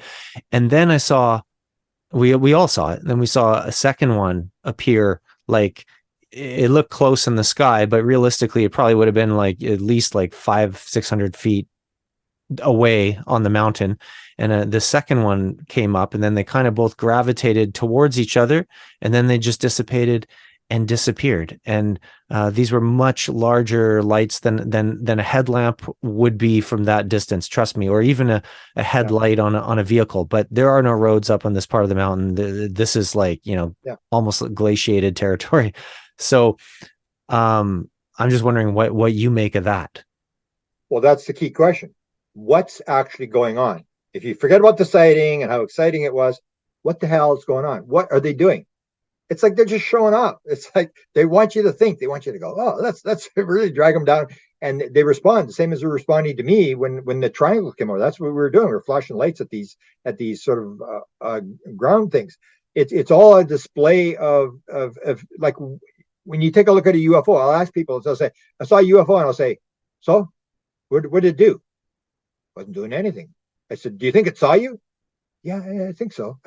and this is the whole idea. It's a show that you're connected to this thing, and they're just moving you along. They're just moving you down the road. They're not doing anything. When I saw the UFO, we had the thing about the beer run. They're not doing anything. If you take a look at what UFOs are doing, like, why does a UFO drop from 80,000 feet down to sea level? Like, what is it? They suddenly remember, oh, I forgot to get the wife's clothes at the dry cleaners. I got to go get some clothes. No, they're showing off. They're going, watch this. And that's what they did to me. They went from ground level to 3,000 feet in the air on film. And then the weird thing was, when I went and got the film, I got a second generation film. I had to talk the guy into it. He said, no, they all disappear. As soon as I make things for people, they disappear. I don't want to. I don't want to do it. And he had actually taken the video from the TV studio, because he said they didn't pay me for it, so I took it with me when I left. They don't own it; it's mine. And finally, he made a copy of that film for me. And when I moved, a number of years later, it was on a 6-inch metal reel. Do you think I could find that 6-inch metal reel? Nobody. I cannot find. There's one on it's on a documentary, this film. But that's the whole thing. Why does it jump from the ground to 3,000 feet? They just want you to go, wow. That's what I call it, the theory of wow. They want you to go, wow, what's going on here? And they want you to think, because until you stop and see something weird, your mind is in this loop, and they want to get you out of the loop, and they want you to get you down. So when you see that, same as, I'll tell you one I had coming. We're leaving CSETI, going up to BC, or we're coming to CSETI. I think we were leaving CSETI. And my assistant was with me, and we're driving down the 5 interstate or whatever it was. And we're going like 70 miles an hour or whatever. And she's driving, and I'm sitting there, and it's middle of the day. And then suddenly she says, look at that. And I look up and it goes by, because we're moving so fast. There's a phew, it went by. And then she said, she said, how did it work? I said, what did you see? Or what? She said, what did you see? And I said, light bulbs. And I said, oh, I asked her, and then she said, did you see the light bulbs? I said, yeah. What were they? And she said, they were clear. And I said, yeah, they were clear. And what it was 9 light bulbs. What would it be? 6 light bulbs. 6 light bulbs. So they were like, they taken clear light bulbs, and they glued them all together, these 6 light bulbs in a triangle. And all I saw, it was for a second. And it was just, I looked up, and there was this triangle, it went by. She had been watching it for like 10 seconds before I said, she just said the last second, look at that. And I looked, and then when I said, what were they? It's just clear light bulbs. And I go, they were clear light bulbs. And it was so weird. It's like, what the hell is that about? It's just like that. And the one we saw at ESATI was the same sort of thing. We actually had a sort of an argument about it, and she actually was right about it. And that was, we were, as you described, people are sitting there, but it just annoyed me. The guys are talking, and it's like, shut up already. Like, so we actually left, and I went at one point way into the field. Oh, yeah. And I came back, and then we went off onto the right-hand side, maybe half a mile from, so we couldn't hear these people, like a football game, making noise and stuff like that. And suddenly it was like flash, flash, flash, and this thing was flashing as it went along, and just bizarre. So but the thing is, it's the same sort of thing. It's like, what does it mean? It just means this is weird. Take a look at this. And that's why they do the dog man and the beaver thing, and they did the UFOs, because they know people are going to go, oh, let's go to the East City Ranch and let's go see what we can see. Or people have sky watches. People always say to me, hey, you're going to come for the sky watch after a conference? Where no, I'm not interested. And they say, oh, we're going to see stuff. I said, if you saw what I saw in 1975, you'd be going to bed just the same as I do. I'm not interested in seeing anything. I don't want a performance. I want to figure out what the hell's going on here. It's like a show. But that's what you need for the first thing, to drag you down the rabbit hole. And people will tell you, when people have sightings, you'll say to them, you had the sighting, or what, 1967, they can tell you exactly what day it is, what time of the day it was, exactly. It was like it happened yesterday. That's the thing. And you can't get out of the rabbit hole. Once you've had the sighting, you know what it's like. People just can't. And people almost the same as a near-death experience. Once people have near-death experiences, 75 to 80% of people get divorced because their partner just can't handle them. Like, they just gone totally nuts. And the same thing happens in the UFO community. It's very hard to stay married. It's very hard to have a relationship because everybody thinks you're totally nuts, and it drags you down. That's what they're trying to do. They drag you down the rabbit hole, and they want you to talk among each other and figure this thing out. And that's what we're doing. The zeitgeist is rising. So when 75, it's a completely different world than it is now. Completely different. What we believe, what we thought was going on, and stuff like that. And they've elevated us to this point where we're into consciousness, and we're into this idea that it may not be as physical as you think it is, or it may be physical and psychic phenomena and stuff like that. and this gradual disclosure. And that's what they said in the Brookings Institute report in the 1960s. If you realize you're being visited by an extraterrestrial race or whatever, you got to acclimatize the people slowly. Otherwise, the lower civilization will die out. So I think the phenomenon, that's why the phenomenon says, don't worry, we know how to land the plane. So we know what we're doing here. We know how to disclose, and it's them that's disclosing. That's where Jim Semivan, John Alexander at one point went to Jim Semivan. Jim Semivan says, it's for real, man. It's for real. And he said, oh, I don't know. And he said, so who's running it? And he means like the government. He said, who's running it? Who's running the thing? And he said, they are. And that's what you got to remember. They're running the show. Whatever this phenomenon is, it's running the show. It's doing the displays. It's moving us along. And as it told me, don't worry, we know how to land the plane. We know what we're doing. We're going to go. Another experience was a related experience, is a psychedelic experience of Dennis McKenna. It was Terrence McKenna's brother. And he was a pharmacologist. And I tell the story where he has the ayahuasca experience in the rainforest, and he's flipping out. He's going, oh my God, we're destroying the rainforest. We got to do something. He's all flipping out. And all of a sudden he hears this voice in his head. And he said, hey, you monkeys just think you know what's going on here. You monkeys don't know anything. You got to calm down. You monkeys ain't running the show. In fact, if anybody's running the show, it's the plants running the show. That's the same message I got. It was like, hey, we're in charge. And that's what you got to realize. There's a higher intelligence, a higher vibrating intelligence that is influencing our lower vibration, and it's giving us clues, and it's giving us hints. It's giving us like ghost experiences and stuff, and it's slowly acclimatizing and raising our vibrations so we get to the point where everybody goes, yeah, ghosts exist. Yeah, reincarnation is real. Yeah, UFOs. I think some people might say to you, though, they might rebuttal and say, well, people have been having these strange experiences of all sorts for centuries, but here we are still, and we're not really that much, some might argue, better off, or that much more in a better place than we were 100 years ago, or maybe longer. What would you say to that? There's no good place or bad place. That's where Cook's wife said. Okay. A more enlightened place, I should say. That's my people said. When I did my people, the one guy, he was angry that I made it public. He said, I didn't even tell my wife. He said, you hadn't told everybody that I said everything was perfect. He said, it was so bizarre, I wouldn't even tell my wife that everything was perfect. It's all experience. When you get into reincarnation, there is no good or bad. It's all experience. So you planned it. So you can say, oh, it's terrible. I got a terrible life. Oh, maybe you planned it that way. Maybe you planned to have this life to do. And when you take responsibility, even if it's not real, not even if it's not true that you aren't responsible for what's happening, if you suddenly take responsibility for the situation you're in, then you can be helped. But any psychologist will tell you, if you play the victim, you're not going anywhere. You cannot be cured. You have to suddenly take responsibility. And that's what to me is. It's all about experience. It's all about whatever's happening. Is you assume, it's hard to do, but you've got to assume that you have a part in this. Why did I go out on this road? What am I supposed to be doing and stuff like that? And the Michael Newton stuff, the 7,000 regressions, according to him, when you leave the world, you go in front of a panel and you review your life, and all they ask you is one question: how did it work out? Because you planned it. You can't bring up Hillary Clinton. You can't bring up the dog ate my homework. You can't bring. They're going to go time out. This is not about anybody else. This is about you. You planned to do this. You said you were going to do this. You're going to work on envy and fear, and you're going to work on this and that. How did it work out for you? And then everybody says the same thing. I could have done better. And that's the whole thing. You got to realize we came into the world to do something. We're going to leave, and we're going to go into another lesson, and we're going to ask, how did this work out? All we got to do is figure out, why are we here? What are we supposed to be doing? And are we doing it? And it doesn't matter what anybody else is doing.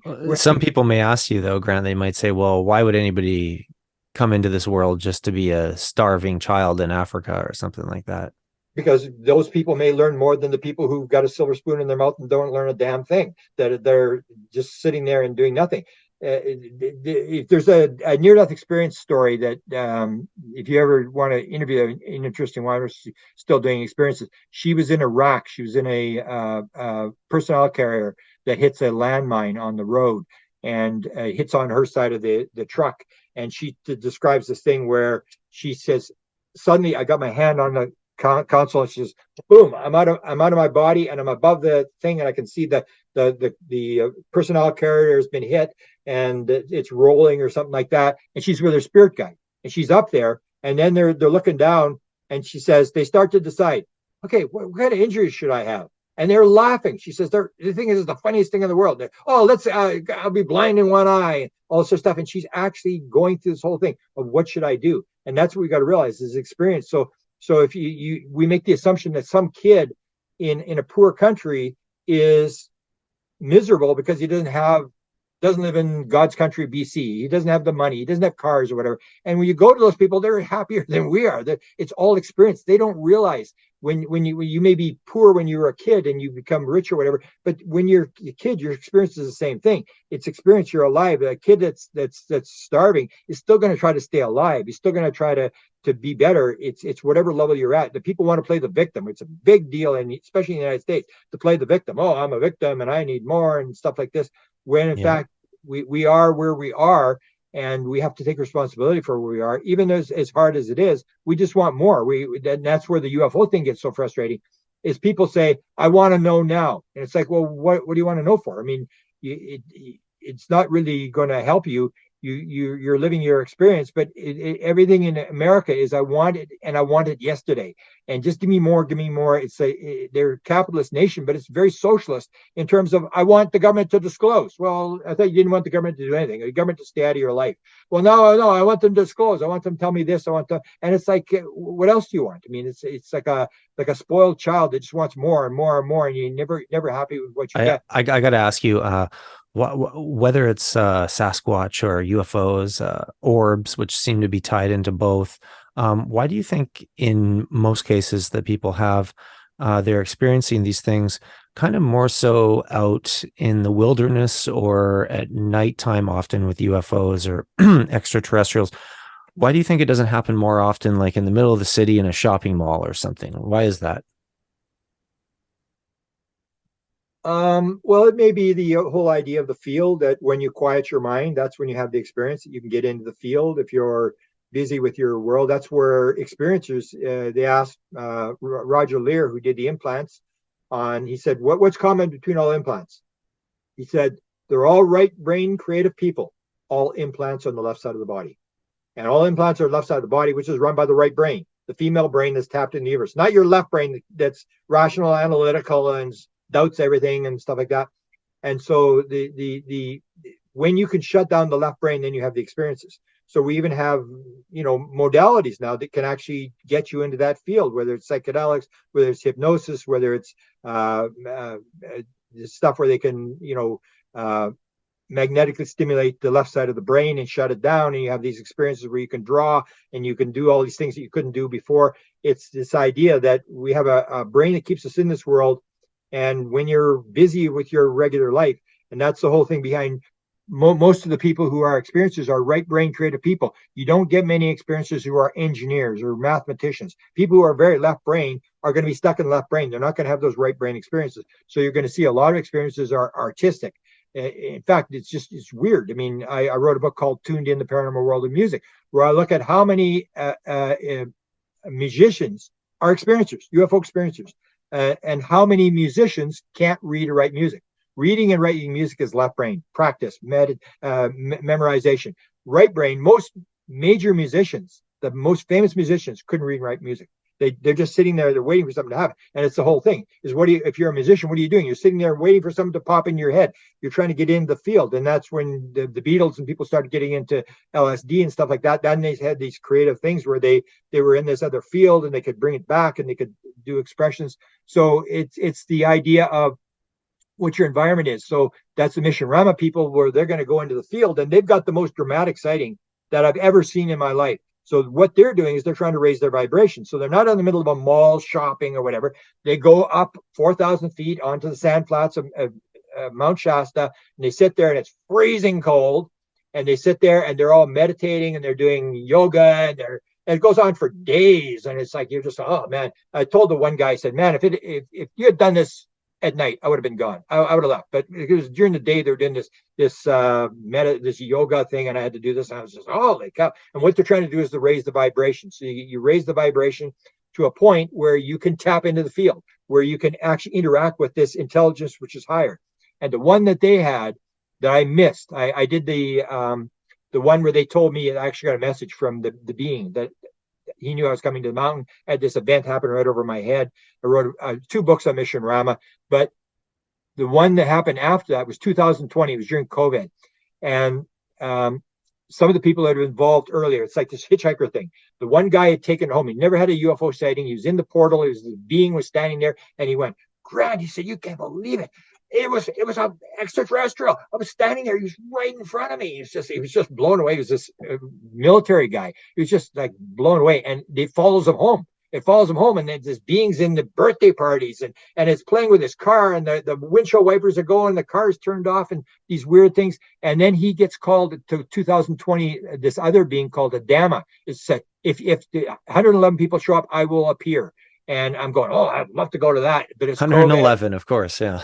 and so what happens is they get 45 people or something like that. But most of them are Latinos. Like if you go there, nobody speaks English. It's all from Mexico and from Central America, and the California Latino people there. And so they're there, and they're doing all the meditation and doing these things on the ground where they're doing these with the flower ceremonies and just all this weird stuff to try to raise vibration and oming and stuff. And it just goes on for hour after hour. They're trying to raise the vibration. And they have this event where they capture this being is standing by these trees. It's hard to explain, but they pan. They say, can we film? These people are on the ground doing this meditation, and they film. They pan the camera across, and they come back. And suddenly, later on during the day, they realize there's this hooded figure standing against this tree, like a white hooded figure.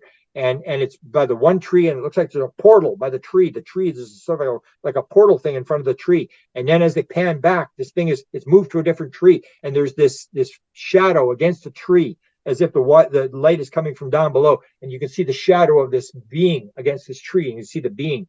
So I have to have that. And then that night, they're there, and 9 of them are having a birthday party. This is the most spectacular sighting I've ever heard in my life. 9 of them are having a birthday party. They're out. Have you ever been to the sand flats? So they got all these trees, millions of trees, and then there's this area of sand where there's nothing, and they go have these meditations in this sand area, and so they're sitting there and they're having a birthday party. It's 2:00 in the morning, and the event is finished, and everybody's going to pack up in the morning and leave or whatever, and they're having this birthday party.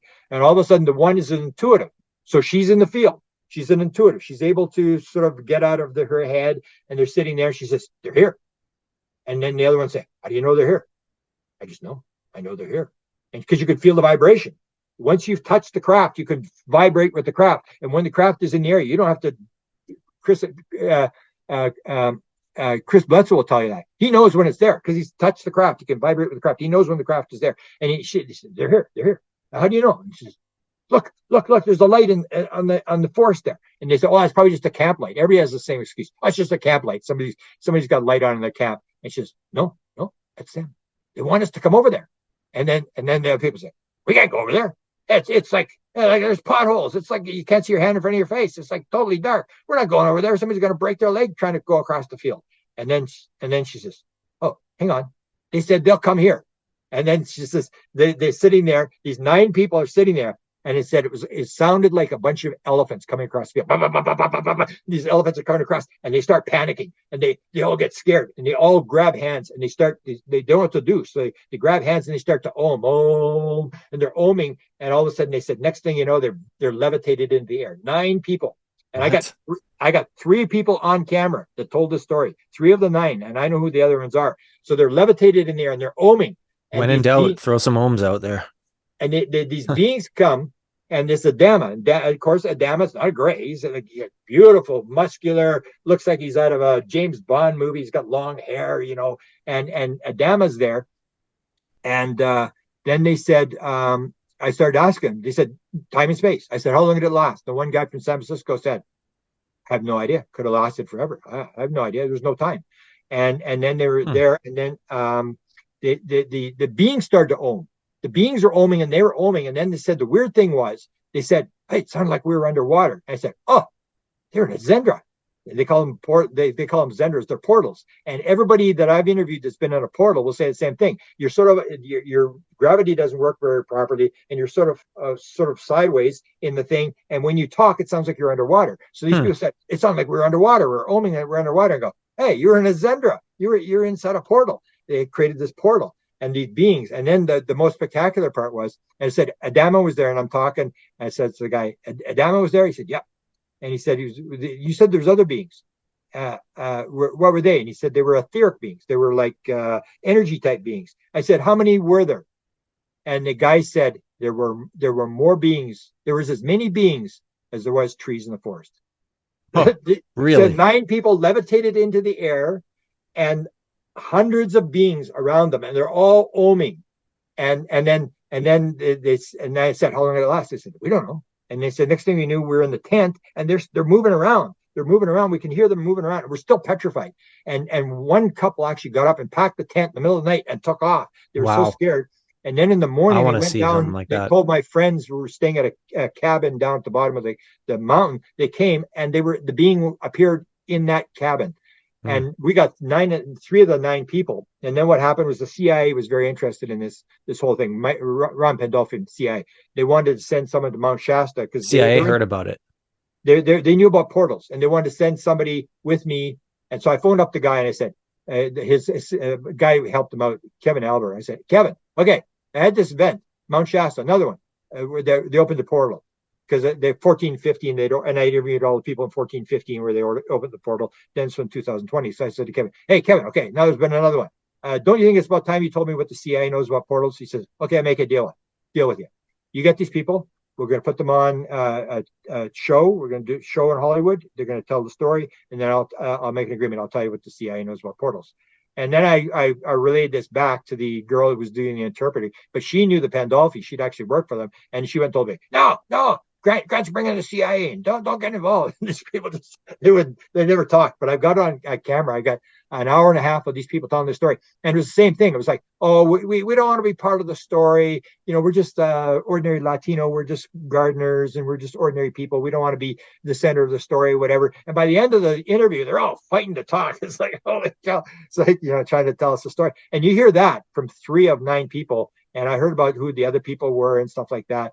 And just absolutely spectacular stuff. And that's the whole idea. You raise your vibration, they lower their vibration, and there's this message. And their message is very different. It's the whole idea of love, and we got to raise the world's vibration and all this kind of stuff. And there's no grays, there's no reptilians, there's no probing, there's none of that kind of stuff. And so the difference is the people that are having the experience. Now I was going to ask you, because we brought up Mount Shasta. That's one of my favorite places. If people don't know, I've gone there, and it certainly has a certain feel to it. And that's what you hear about it often before you go. And I love hiking and stuff. So of course I loved it. But it does have an interesting feel there, something about that place. Do you think there are certain places on the planet, I don't know if it's because of ley lines or electromagnetic stuff, vortexes. You got places like Mount Adams and Mount Shasta, which are world renowned for having a lot of strange things happening around them. Are there certain places out there that seem to attract this kind of phenomenon more than other places? And if there is, why do you think so? Yes, but we can't get it backwards. We can't say there's ley lines, things out there that are causing things to us. We're victims. There's these ley lines, and there ley lines. No, people get the idea that Mount Shasta is holy and that beings live under Mount Shasta, and that starts to happen. You manifest that. And I remember the one event I wrote it in a book about Mount Shasta and UFOs, and that was the one with Enrique Villanueva was one of the guys running the event. So I was with him with his group, and we were there. And they went up on the mountain. They did all the meditation, all sorts. And they went up on the mountain, and they said they had this woman that appeared in a cloak or whatever. There was 10 of them, and 2 of the people actually got to engage with her and stuff like that. And then they came back down. And that same night, it was the night when the thing was going to end. And I knew I was going to do a book, so I actually had a tape recorder. I'm taping this the morning after, and he gets up. He says, and you see this thing where there's this idea that the beings live under Mount Shasta. That's where they live. And it's like, well, why would they live under Mount Shasta? That doesn't make any sense. Like, and so Enrique gets up. Or no, they go till 2 o'clock in the morning, and that's what I hate about these events. They go till 2 o'clock in the morning. It's freezing cold, and then they want to get up at 6 o'clock in the morning and start going and jumping in the water and all. It just goes on forever. And for a guy that comes out of the city, it's tough. But anyway, so he gets up to the thing ends, and he says, "Well, I'm gonna go to the outhouse before I go back to my tent." And he goes to the outhouse, and he opens up his cell phone, and he's got 5 bars. He said, "I've never had one bar at Mount Shasta. Forget about 5 bars." He's like, "I got 5 bars." So I'm sitting there and I'm going through the news and I'm checking everything on my cell phone, whatever. And he says, next thing you know, it's 4 o'clock in the morning. He's been in there for 2 hours, and he comes out and he goes, he looks up at Mount Shasta, and he said, "Now, what's the name of the city?" There's a city that's under Mount Shasta. The theory, I can't remember the name of There's 2 cities right near it. One is actually called Mount Shasta, and the other one is Weed. No, this is the mystical one. Telos. Telos. Yeah. So he looks up and he goes, "Telos." The whole mountain, he said, was covered with lights, like a city. And he goes, "Oh my God, Telos, it's real. The story's real." And he goes running. And he said, "Where's my camera? Where's my camera? I got to get my camera." And he's thinking, he's not in the tent. He's looking, "Oh, I left it on the chair." They have the circles. They have in his chair. So he gets the camera, and then he by then the sun's starting to come up. And he's trying. He goes, "Where's Grant? Where's Grant? I got to get Grant." And he's trying to get the one guy, Marcel, has all the high end, all this. They got drones. They got all this high-end camera equipment. He's trying to find Marcel. "Where's Marcel? I got to get Marcel. He's got his camera. We got to film this." These lights and stuff. And there was a trail, almost like they wanted him to go. Like they wanted him to go up to these lights up higher on the mountain. And so he's freaking out. And then he's trying to wake up the one guy, and he's guy's snoring. He's, "Where's Grant? Where's Grant's tent?" And it's so dark you can't tell where anybody is, or it's totally pitch dark. And then he gets these 2 women up. So these 2 women get up. And then they're going, "Oh my God," they're just freaking out. And he's trying to take pictures of this thing, but his camera won't take photographs. We put some of the photographs of the lights, but the sun was coming up, so they're very dim, but you can see these lights on the thing. And in the morning, they're basically telling this story, and the woman's drawing it in the ground. I got my tape recorder going. I'm trying to get this whole story. Just bizarre. So the whole idea was, when I went there, I said, this Telos thing is total nonsense, whatever. And then you hear him tell the story. He's going like, "Whoa, it's for real, like the Telos." But you manifest it so people can get areas that they believe are sacred, and we start to put it in there. We put the energy in there, and that thing will manifest. So I think how. Well, it's interesting, right? Because they're like, there's a lot of people that hike around Mount Shasta or climb Mount Shasta, and they're not interested in these things whatsoever. And I mean, I can't speak for everybody, but generally the answer I've always heard is, "No, I've never seen anything strange on Mount Shasta." So then, like you said, it goes back to manifesting your own ideas. Where you're vibrating. Because we stayed at a bed and breakfast there, and unfortunately, I'd been told I was going to have experience, so I was fasting, and it was like all this breakfast stuff, and I'm like, "Oh my goodness, I'm fasting. I can't even have it." And they said there's people on that. I said, "How's the business?" They said it's insane. I mean, there's people, all sorts of white robe people. There's all sorts of people that go up there, not just UFO people. There's all sorts of mystical people that have this idea about Mount Shasta. But again, if you're not in the vibration, if you're a very left brain person, you're not really going to have an experience, because you're centered. Your rational analytical mind is keeping you in the physical world. And it's these things that break. When I wrote the book Contact Modalities, we go through 70 different modalities that can break that left brain thing, that break it off and send you in there, and you can have these experiences where you're in the field. And it's all to me, it's all field. It's all one thing. It's all higher vibration. It's all looped in itself. It's all feeding itself. It's all getting more creative, bigger, whatever. Almost like God did not create the heaven and the earth. God created the sparks of the divine, and they created the heaven and the earth, because the heaven and the earth are all made out of consciousness. We're creating the heavens and the earth. We're making it more complex, and God is just sitting on the sidelines. If he's even, a person, he's part of it. And it's like watching a movie. And when the movie gets not exciting enough, he takes his popcorn and he goes to the next movie. And that's why you have this good and bad thing, that if you have a movie where it says, "Oh, I love you. Oh, I love my son. I love you. I love you." Then God gets up at his popcorn and says, "I'm tired of this thing. I'm going over where there's a bit of up and down." And that's what you get in movies, is you get this up and down, good and bad, and it's all exciting. You're sitting on the edge of your seat. What's going to happen next? And that's where you start realizing it's experience. And if you have like people would say to me, "Oh, when I leave, I'm getting off the karmic wheel." And so, well, what the hell are you going to do? Like, how many billion years do you think you can sit on a beach in Hawaii and drink Mai Tais? Like, come on, you gotta, you can't just have good, feel good. That's gonna get boring. It's like a kid in middle of the summer. They go, So I want something to do. You want this up and down. That's what it's about. We see as good and bad, and it's all experience. It's like this and that. And you learn more from the bad things than you do from the good things. And it's this roller coaster ride where you go through, and when you get out, you go, man, that was an exciting time. I got to actually do something. I didn't. The last time I had to sit around and be an Aboriginal and just hunt and stuff like that. This I got to UFOs, and it's all exciting. And that's when you see life differently, you experience it differently, and you live it differently. I would think that if people came to the realization that what you're saying is true, if they thought it's true that everything they're experiencing is just kind of a manifestation of themselves or their groups of people, then maybe they'd be a little disappointed that the ascended masters on Mount Shasta or the aliens or the extraterrestrials, the orbs, et cetera, are not actually, I guess, as real as they thought that they were. Well, what I would say is they're as real as anything else, because it's all the same thing. It's not like there's material things and there's these mystical, etheric things. It's all the same thing. It's all made out of the same. Well, is it the same thing? Like if somebody encounters a gray or a reptilian or an ascended master, and they are kind of what you're explaining it to be, the manifestation thing, that wouldn't exactly be the same thing as like you encountering me, would it be?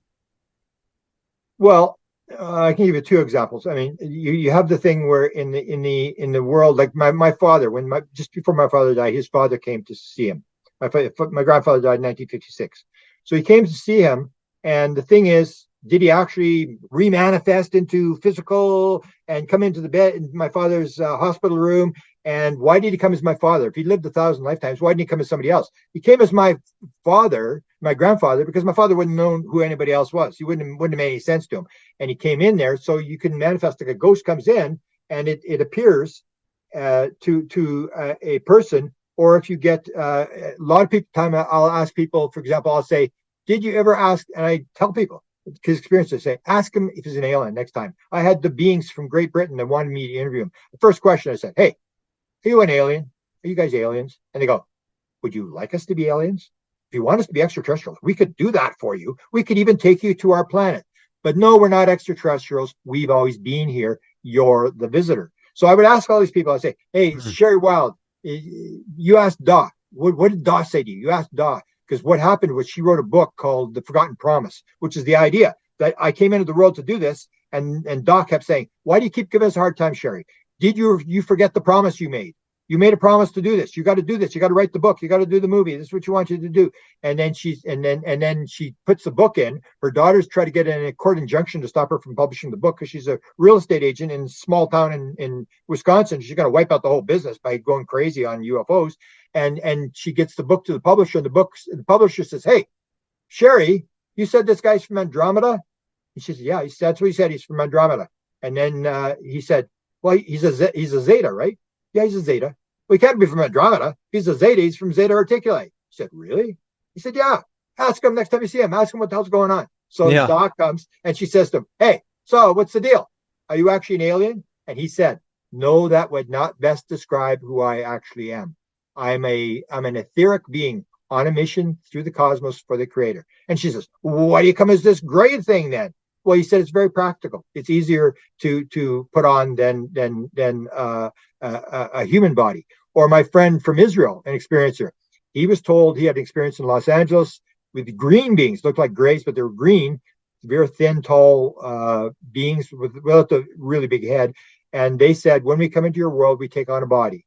And we don't need to take on a body, but we do to do our work here. You can do the same thing. You just don't realize it. And that's this whole thing. So when you're in the spirit world, if you take a Newton will say, well, when you're in the spirit world and you're talking about this, you're talking to somebody, why do you refer to them if they've got 1,000 lifetimes? Well, they want me to, they appear as a certain person to me because in a lifetime that we spent together, that's how they like me the best. So I'm this cowboy guy. When I appear to this person, I appear as something else to somebody else because we put different lifetime together, and you appear as whatever you want to appear. And that's the whole thing. We're making this idea that there's mystical stuff and then there's stuff that's hard solid. When you break everything down, it's all space, it's all vibration, and there is no green in the real world. We're putting the green in there. We're creating all this stuff, and it's created in our head. Or the prime example I'd use: if you have a near-death experience, or say an out-of-body experience, you float out of your body, and you look back at yourself lying in the bed, and you say, "Is consciousness in the brain?" No, there's my brain. My consciousness ain't in the brain. The body's in my consciousness. Float to the window, look out the window, and say, the entire universe is in my consciousness. That's the key you got to realize. We got it the other way around. We think there's an out there that we're looking through these little holes in the eyes. When it's just a body is a sensor that fills in all this vibration, and the mind creates this 3D thing with sound and stuff like that from all these vibrations. Do you think outer space is what they tell us it is? We create it, yeah. So we create what we create. It's all manifest. So it's like the delayed choice experiment that John Wheeler ran, where he takes the light coming from the beginning of the universe or wherever, and they change it, where they make the decision, and as can be just a particle or wave, and they actually change it before it gets to the thing, and prove that you can actually change the past. And if you can change the past, as John Wheeler showed in that experiment, everything's up for grabs. I mean, there's nothing. And there's even an expression where John Wheeler, and I'm not able to verify it, but he said, this is a guy who was at Princeton Advanced Studies, very, very smart guy, came up with black hole theory, came up with wormhole theory, came up with the theory about everything being information, delayed choice experiment, all this stuff he's famous for. And he said, and one expression that I can't happen to confirm, he said, I'm 100% convinced, I would not be surprised if the entire universe turned out to be a figment of the imagination. And that's where we're headed. We're into this idea that it's all a figment of whose imagination? Whether it's a singularity, because where the Big Bang is described is, well, everything came out of nothing from this singularity. And it's like, well, you're just naming stuff. You're not explaining anything. You're just describing what happened. So whether it's a singularity or whether it was God sort of moving up from singularity, it all comes from one thing. Whether it's a singularity of matter or whether it's a singularity of spirit, it's all one thing. It's all connected. And that's the part we keep forgetting. We keep seeing this separation thing and going down that route. And that's where we get into so much problem. I say the only thing, when I talk about evil, people ask me about evil. I say the only thing that is evil in the modern world is created by one thing and one thing only: the mistaken belief in separation. Once you get separation, there can't be any evil. You can't be stealing people's stuff. You can't be doing this kind of stuff. Evil is basically me believing I'm better than you and we're separate and I can steal your stuff, and it doesn't really matter what happens to you and stuff like that. The key element is it's all one thing. It's all alive. It's all conscious. And we keep forgetting that. We think we're alive and there's stuff that's not conscious and doesn't have a spirit, and we can kill things and we could do whatever we want. We got to realize it's all connected to it's all one thing. It's all built out of consciousness. God did not create the heaven and the earth. God created the sparks of the divine, and we have created the heavens and the earth out of consciousness. So you're saying then that hypothetically what outer space is could be changed if people change their beliefs about it. Yeah, I guess. Yeah. Okay. That it's all fluid. It's all what we want it to be. Almost like in the craft, where when you see these experiences, 36 experiences, people flow in the craft. When you see that whole idea that they're all different experiences, and the fact that when I started looking back on them, I started to realize that they'd all been told, not all of them, but a lot of them had been told the same thing. It's within you. Where do you want to go? It's within you. As soon as you can imagine it, push the button. So does that mean then that the earth could be horizontal, a flat plane? Well, there may not even be any earth. I mean, we've manifested the earth, but it can be whatever we want, or near to, like after death. So we have the idea that there's an out there. So there's a reincarnation world, everybody's going to reincarnate, or there's a heaven, everybody's going to heaven or hell or whatever. There may be every possibility that if you believe there's heaven and hell, that's what you're going to experience when you die. If you believe there's reincarnation, because we're creating it. We always take ourselves out and believe that we're victims of some sort of circumstance or situation. And I'm not saying 100%, but you got to start moving the idea that we are part of what we're manifesting. That's why everybody sees a different UFO, everybody sees a different alien, and that's the only thing that's changing is you have individuals who are experiencing this. And that's why where we get ideas that wherever you're brought up with your ideas, it's very hard to shift them once you have those ideas. And that's how the beings are trying to do. The way they shift people is not by landing and telling you, we're here to bring you freedom and democracy, Jesus and McDonald's. They do it by getting you to realize that things are different and get you to shift, because it's very hard to get people to shift their ideas. And what you do it is through curiosity, where you believe the world is solid, and then suddenly you have an experience where you go through the wall with a being. And when you go that, you got to go, something's weird going on here. You shouldn't be going through the wall. What does that really mean? Does that mean that they can go through walls, or does that mean that the wall may not be what we think it is, or that we're not? And then it comes down, you start hearing people talking about out-of-body experience, that when you're out of your body, Betty Andreasson wrote 6 books on Betty Andreasson about her experiences, and she tells the story. They brought me back in this glass orb, and they dropped me off in the backyard, and there was my trailer. I was so glad to be home, and I went running in the trailer, and my husband was sleeping there, and then I saw myself sitting on the side of the bed. And I got back into my body and went to sleep. And that's the thing. Is she making the story? No, she's not making the story up. We got to learn from this, that abduction was like, oh, they're evil aliens. They're taking people out of there. Nobody's ever seen anybody being abducted. They used to have cameras. They did the whole thing where they put the I was going to bring that up. in that stuff, and nothing. The person goes and turns it off. It's the same thing. We're just a mistake. I was going to ask, why do people never walk into a room as an abduction's happening and see it? Is it because aliens put everybody to sleep in the vicinity, or what?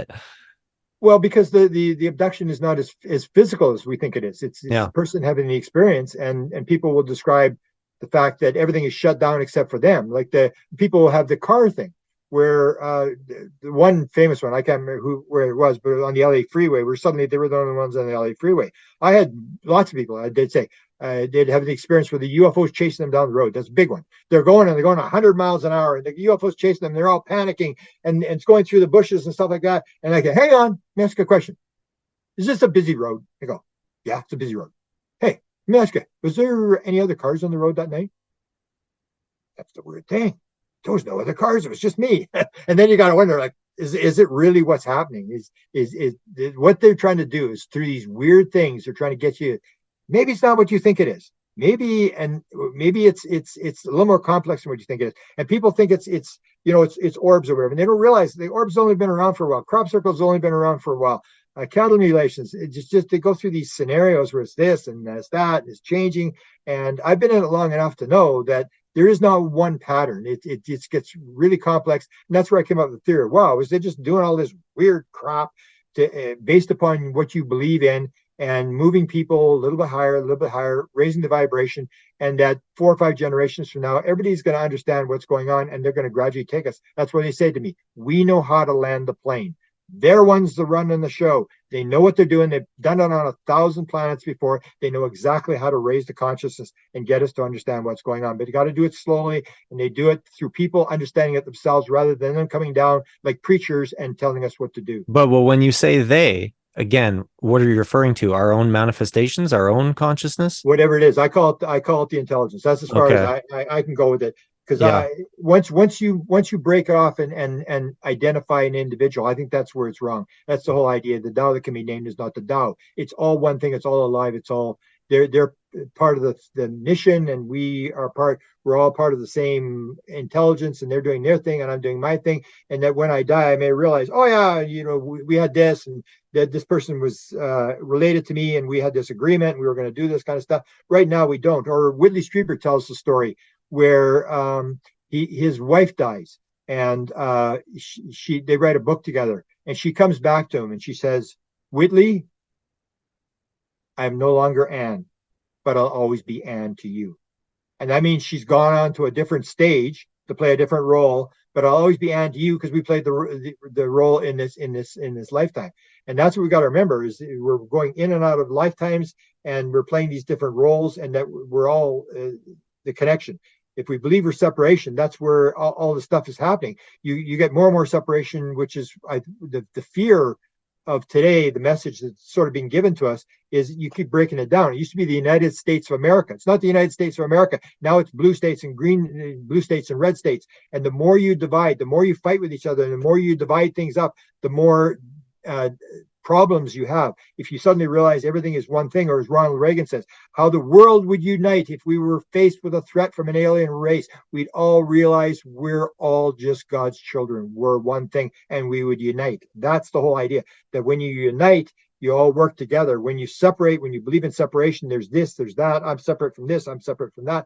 So some people think they want to unite everybody under the one world order, new world order, though, and that could be a bad thing, having one government and a giant police state. Because they separate it, because there's me and then there's the evil black one world order. What we want is what people want, and most people in the United States are saying it. We don't want one world government. We want 196 countries run by the United States of America. That's what they want.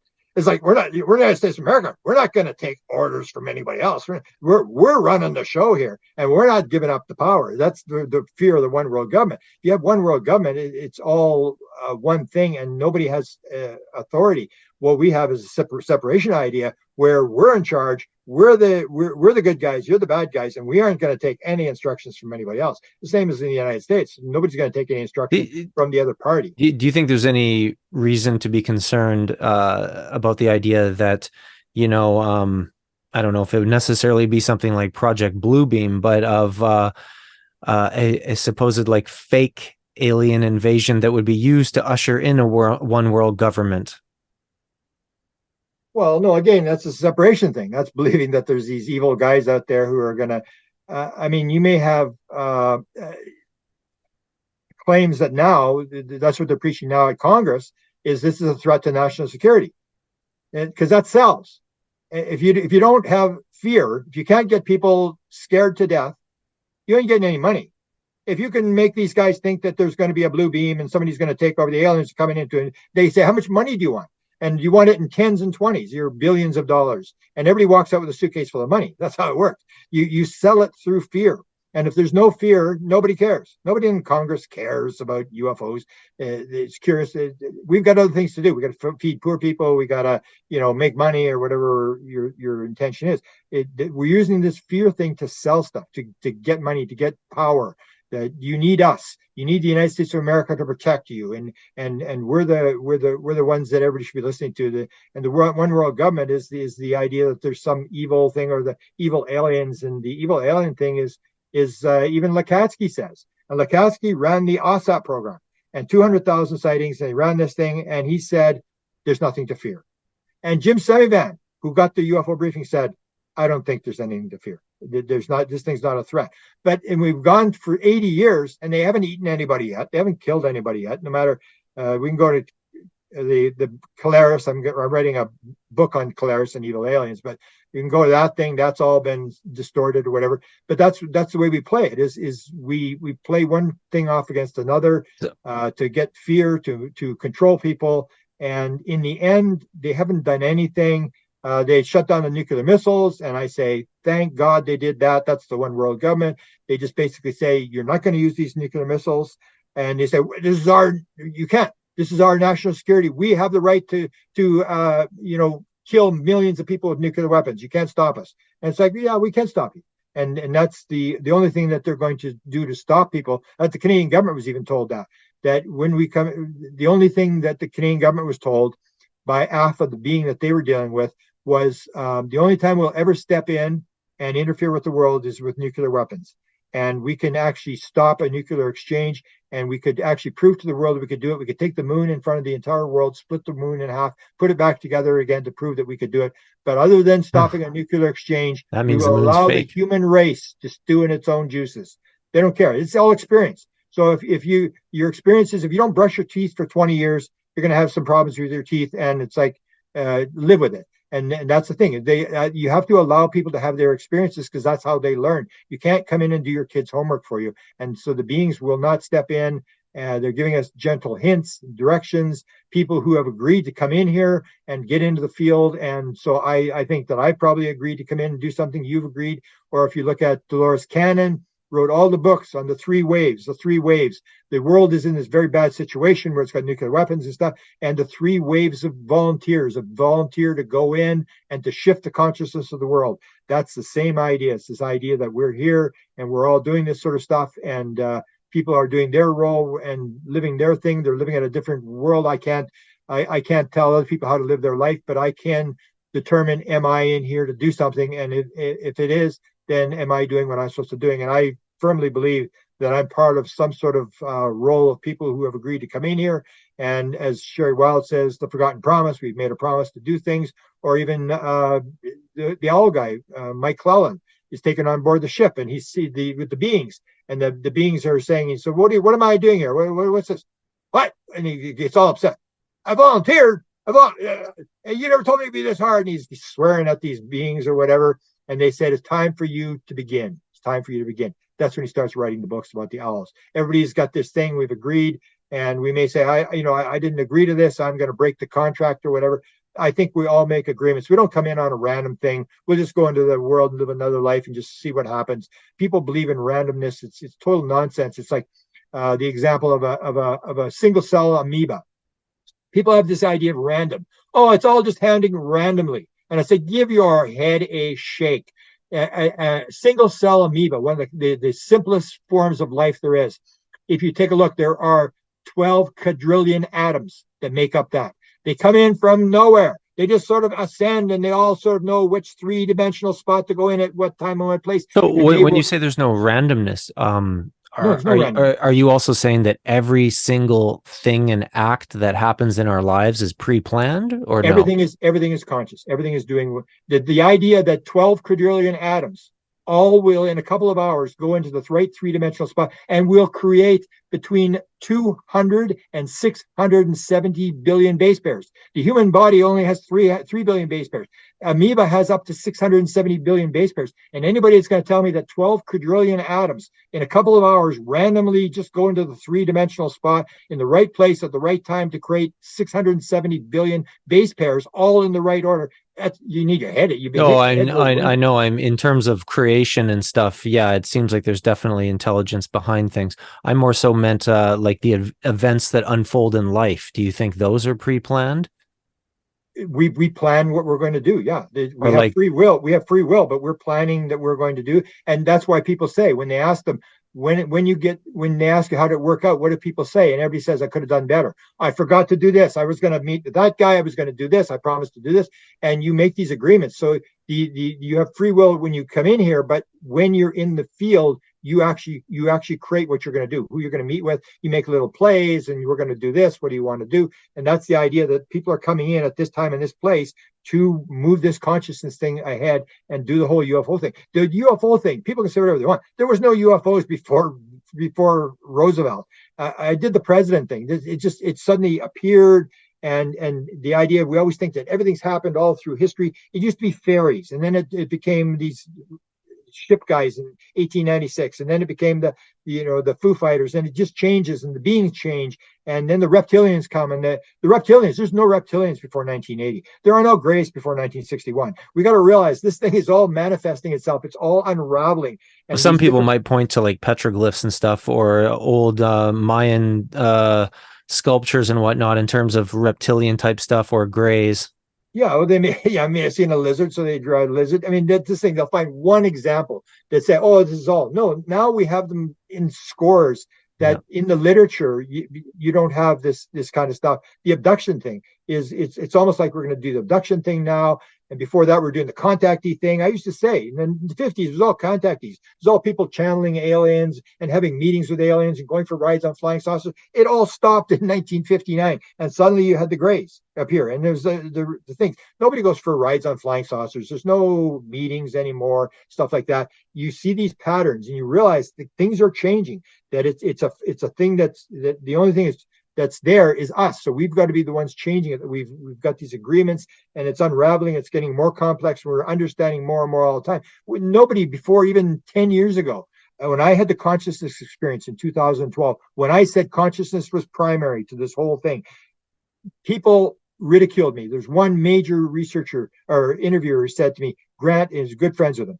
He said, Grant, I can't believe you've actually done this. You've actually gone from the president guy to this woo stuff. I can't believe you did this. And I said, well, I didn't actually do it, Jerry. I kind of got teleported there. And that's the whole thing. You got to realize these patterns are happening. That 20 years ago, if you talked about consciousness in a university, you would lose your tenure. They would get rid of you. You would not get any grants.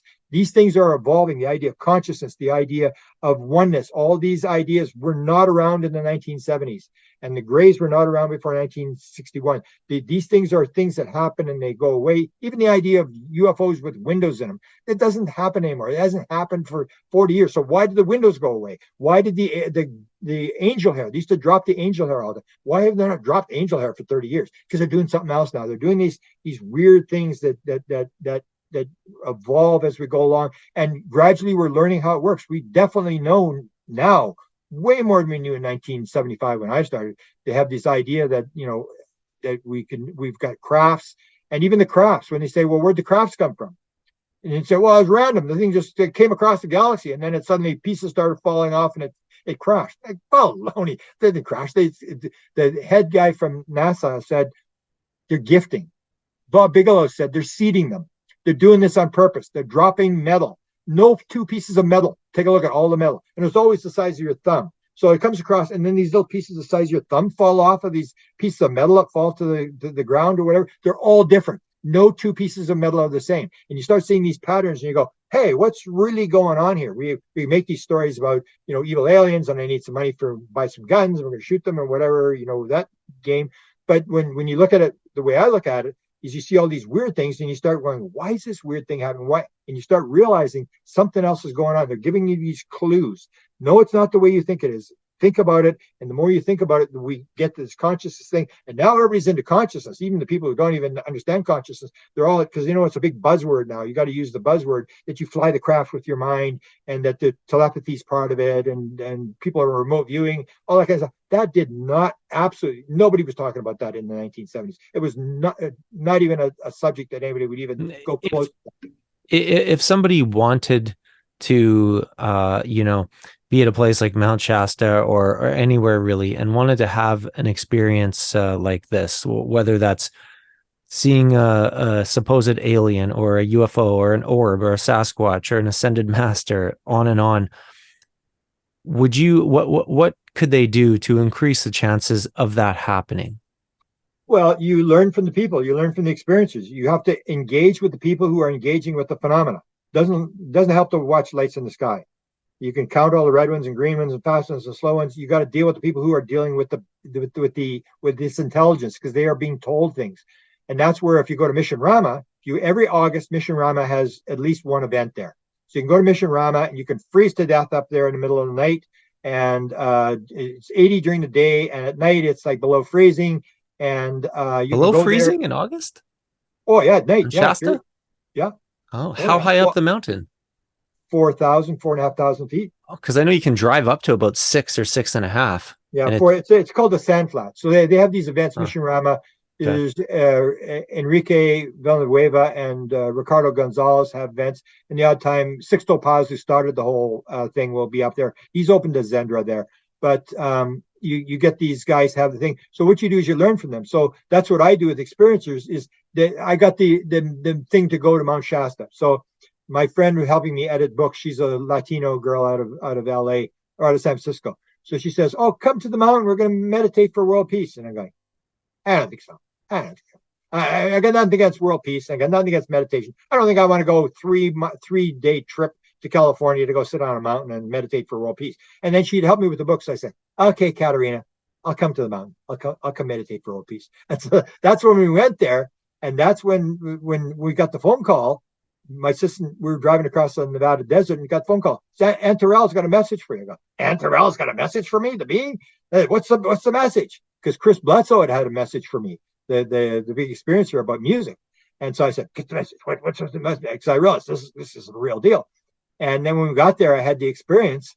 And but the thing was, I learned from them.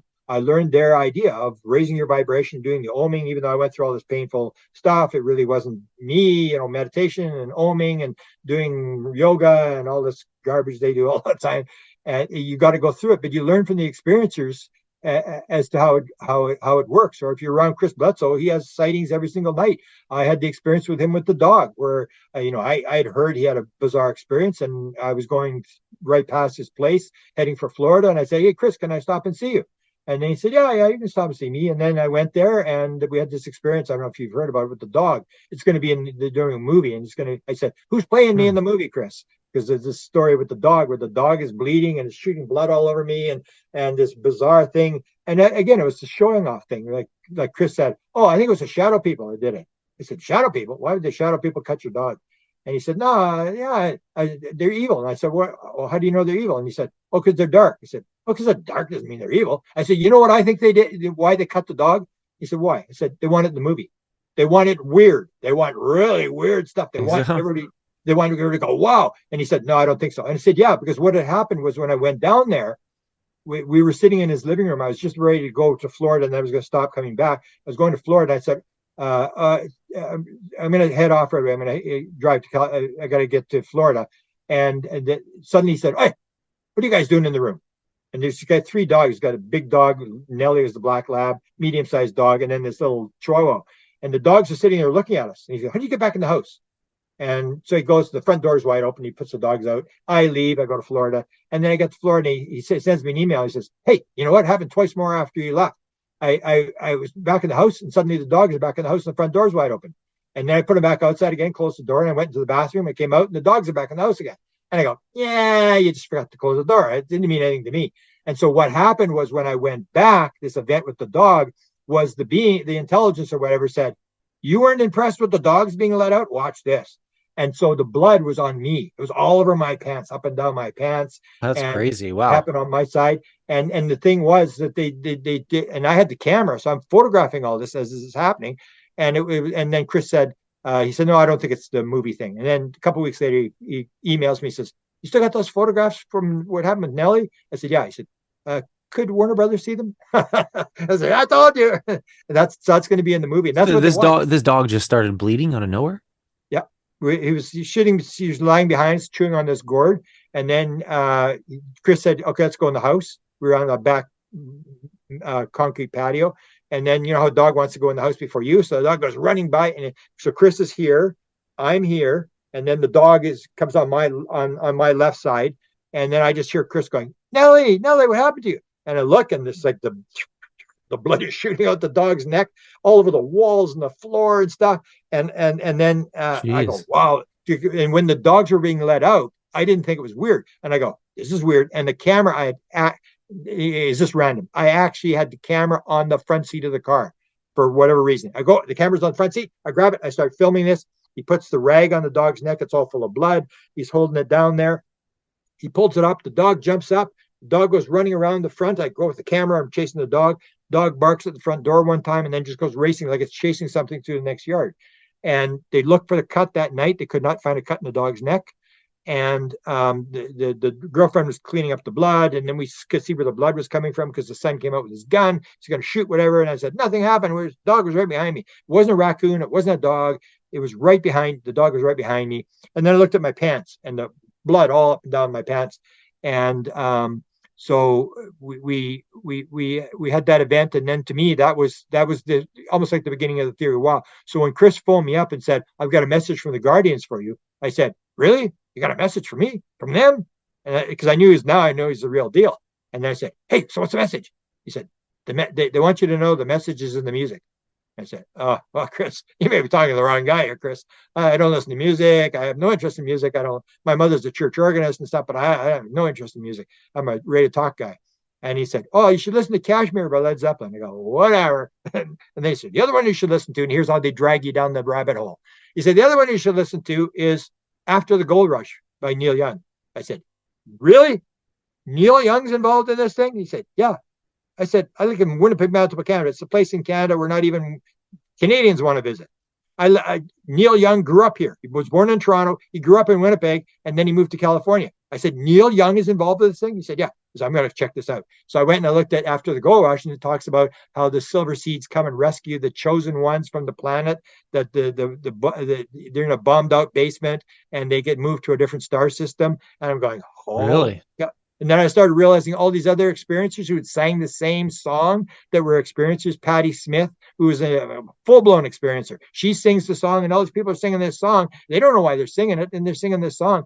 And that's that's the thing. So I did a book on music and the whole thing, how many experiences of, Cat Stevens flying the flying saucer and just all these things that pop out of nowhere.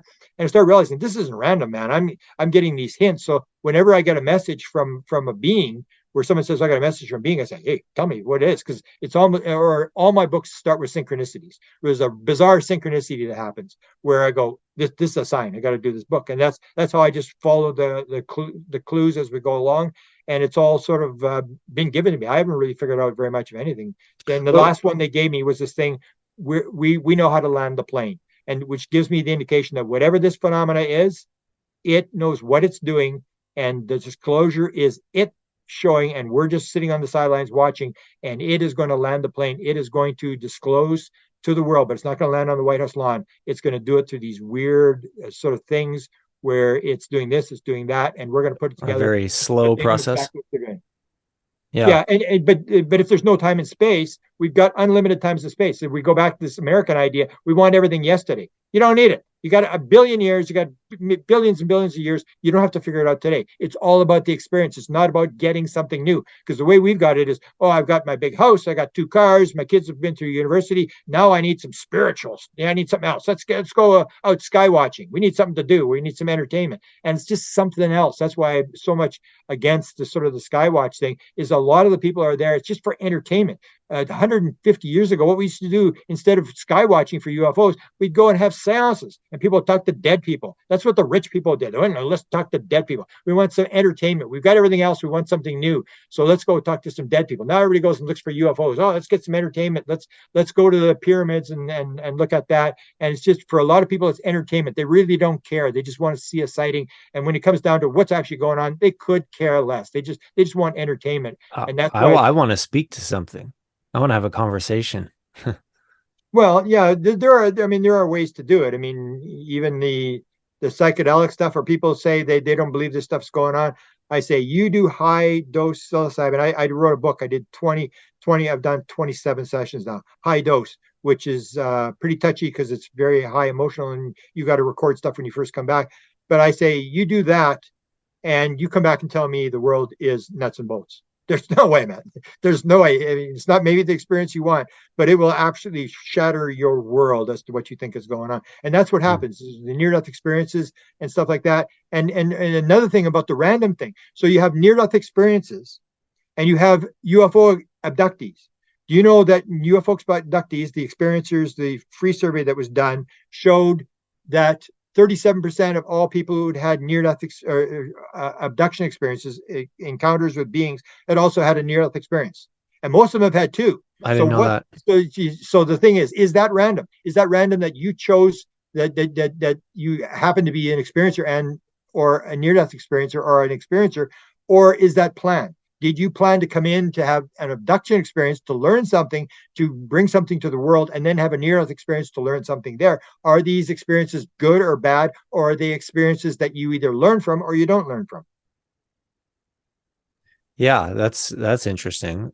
What do you think about Paul Hellyer, the former defense secretary or whatever it is of Canada? And he makes the claims that he knows the government's interacted with like 5 different races or something like that of extraterrestrial. Yeah, I think he says 83. But the problem is that with Paul, and I knew Paul, I had a meeting with, my father used to fly. My father used to be a pilot for the Department of Transport, and Paul Hellyer was the Minister of Transport at one point. And so he had a meeting with me one time, and when he was the Minister of Defense under Trudeau in the 60s, he told me there was reports coming across my desk, but I didn't care. He was putting the armed forces together. You didn't really care about UFOs. And so he came out of that perspective that he really didn't know anything about UFOs. Then what happened is someone gave him the book the day after Roswell by Corso. And he's reading it, and he had a bunch of cabins. He owned a bunch of cabins north of Toronto. And he was sitting there, and his son-in-law, who worked for a general, came walking by, and he said, "What are you reading that crap for? That's crap." He said, "What do you mean it's crap? That's garbage." And then he said, "Really?"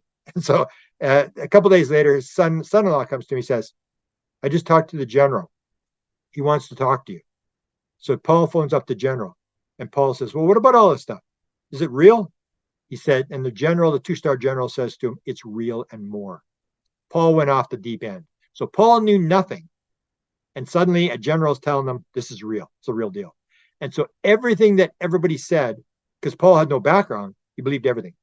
So he would believe all the weird stories and just regurgitate them. He had no experience. He would just hear these stories. And it worked to our benefit because it really doesn't matter whether it's whatever. It's still raising consciousness. He raised consciousness. But he really didn't know anything about UFOs. He was just telling stories that other people were telling him. And because of his powerful position, everybody listened to him. So, okay. So am I incorrect in assuming that he was finding stuff out as he was working for the Canadian government? No, he didn't care. He told me he didn't care at all. Because Okay. he had an experience where a guy ran a program. He had made a speech in 1967 in St. Paul, Alberta. They had a UFO landing base in St. Paul. He had opened it in July. It was like centenary, so it was 100th anniversary, and they built a UFO landing base, and he gave the speech in July the 1st to open this UFO landing base. And he said in this speech, he said, this isn't the first time we've had a UFO landing base. We actually had one at Suffield, Alberta in 1954. Nothing landed, therefore UFOs don't exist, or something to that effect. And so, of course, in the 1970s, me and another researcher started going after him and said, hey, so how do UFOs know where to land? They're using Suffield, Alberta, which is a no-fly zone. It's like an Area 51 area. It's an army base where they did all sorts of top secret testing and stuff like that. I said, how do the aliens know where to land?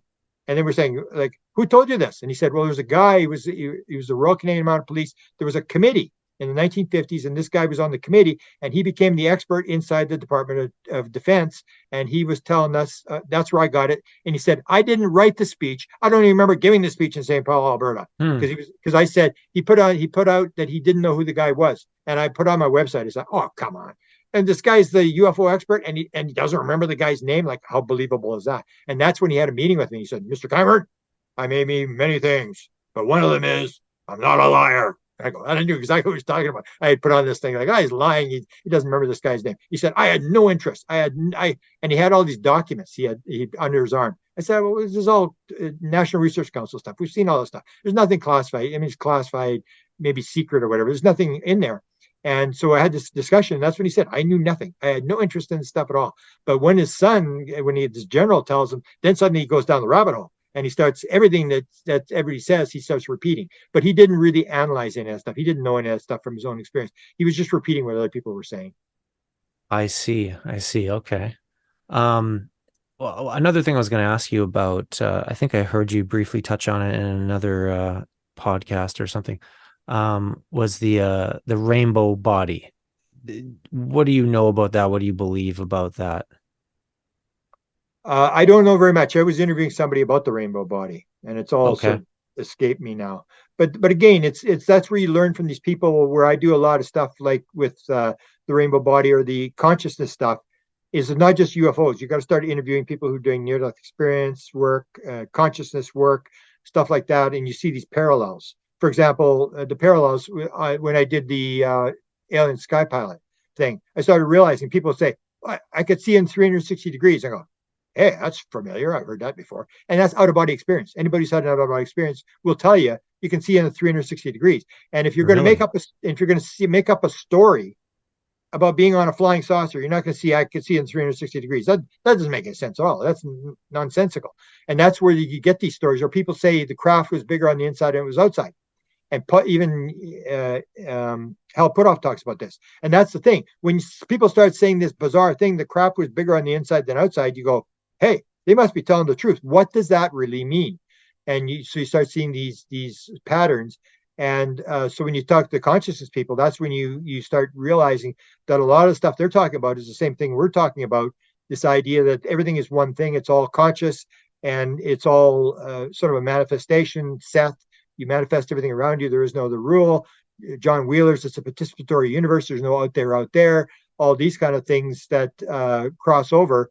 And that a lot of people are going down the route from different perspectives, but it's all this new information that's coming to us about the fact that it's not a random world, it's not a material world, and that it has this spiritual complex or this consciousness thing, and all may be one thing. And in the field, even the idea, I did a whole book on Inspired, the paranormal world of creativity, where I look at inventions, I look at Nobel Prizes, and I look at this whole idea that everything's in the field, everything is there. And if you're like Tesla and you can get into the field, you suddenly can get the motor, the electric motor, bring it back.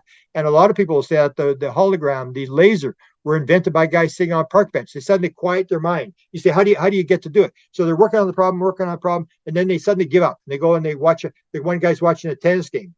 And his left brain goes to sleep. He's sitting in there watching a tennis, and boom, the idea comes in his head. He goes running back to the lab and writes it all down.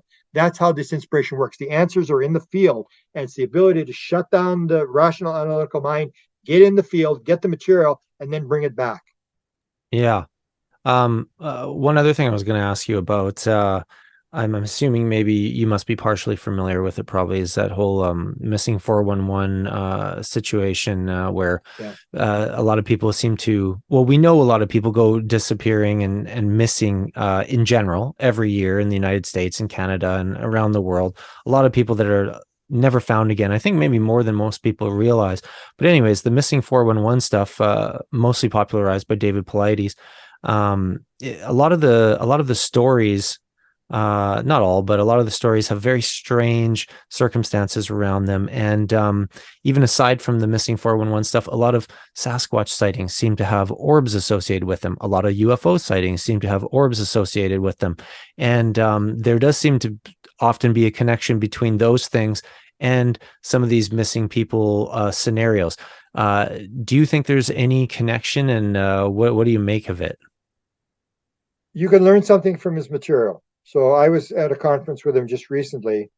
He doesn't really get too much into the UFO thing, but you have these events. But again, it shows this idea that time and space may not be what we think it is, that people are able to manifest things, that this experience is happening.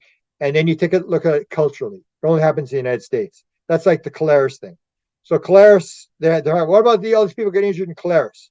I said, well, take a look at the people in Colaris. You realize, as Jacques Vallée pointed out, that's a different culture. It's a different belief system, and different things will happen. So the Colaris people who were talking about all the injuries, now none of them were talking about UFOs because that was not part of their culture. Their culture was chupras, bloodsuckers. And they all believed that the chupras were sucking their blood and taking their energy. And the one woman that died had the experience where she said, the chupra has bit me and I'm losing my energy. And she had a heart condition. She died in the afternoon. That was one of the, and everybody said, oh, this woman died. Look, she died, whatever. But you got to take a look at what Jacques Vallée points out, that these people would go to Roman Catholic service in the morning and they'd go to an Umbanda ceremony. They would do the witchcraft stuff at night and black magic and voodoo and all this kind of stuff. You've got to take a look at the culture that you can create. They can create their stuff. We can create our stuff, and that they can be manifesting different things. And that if you take a look at the woman in Colaris who was doing the injuries, she was full-blown experiencer. People don't realize that. She was a full-blown experiencer. She was on a beach one night, and this thing was flying around. She said it was the most beautiful thing she'd ever seen. She was going, wow, and this thing's flying around. So how all these people say, oh, they're killing us and they're all this sort of stuff, and they're all flipping out, and they are flipping out because you can create whatever you want.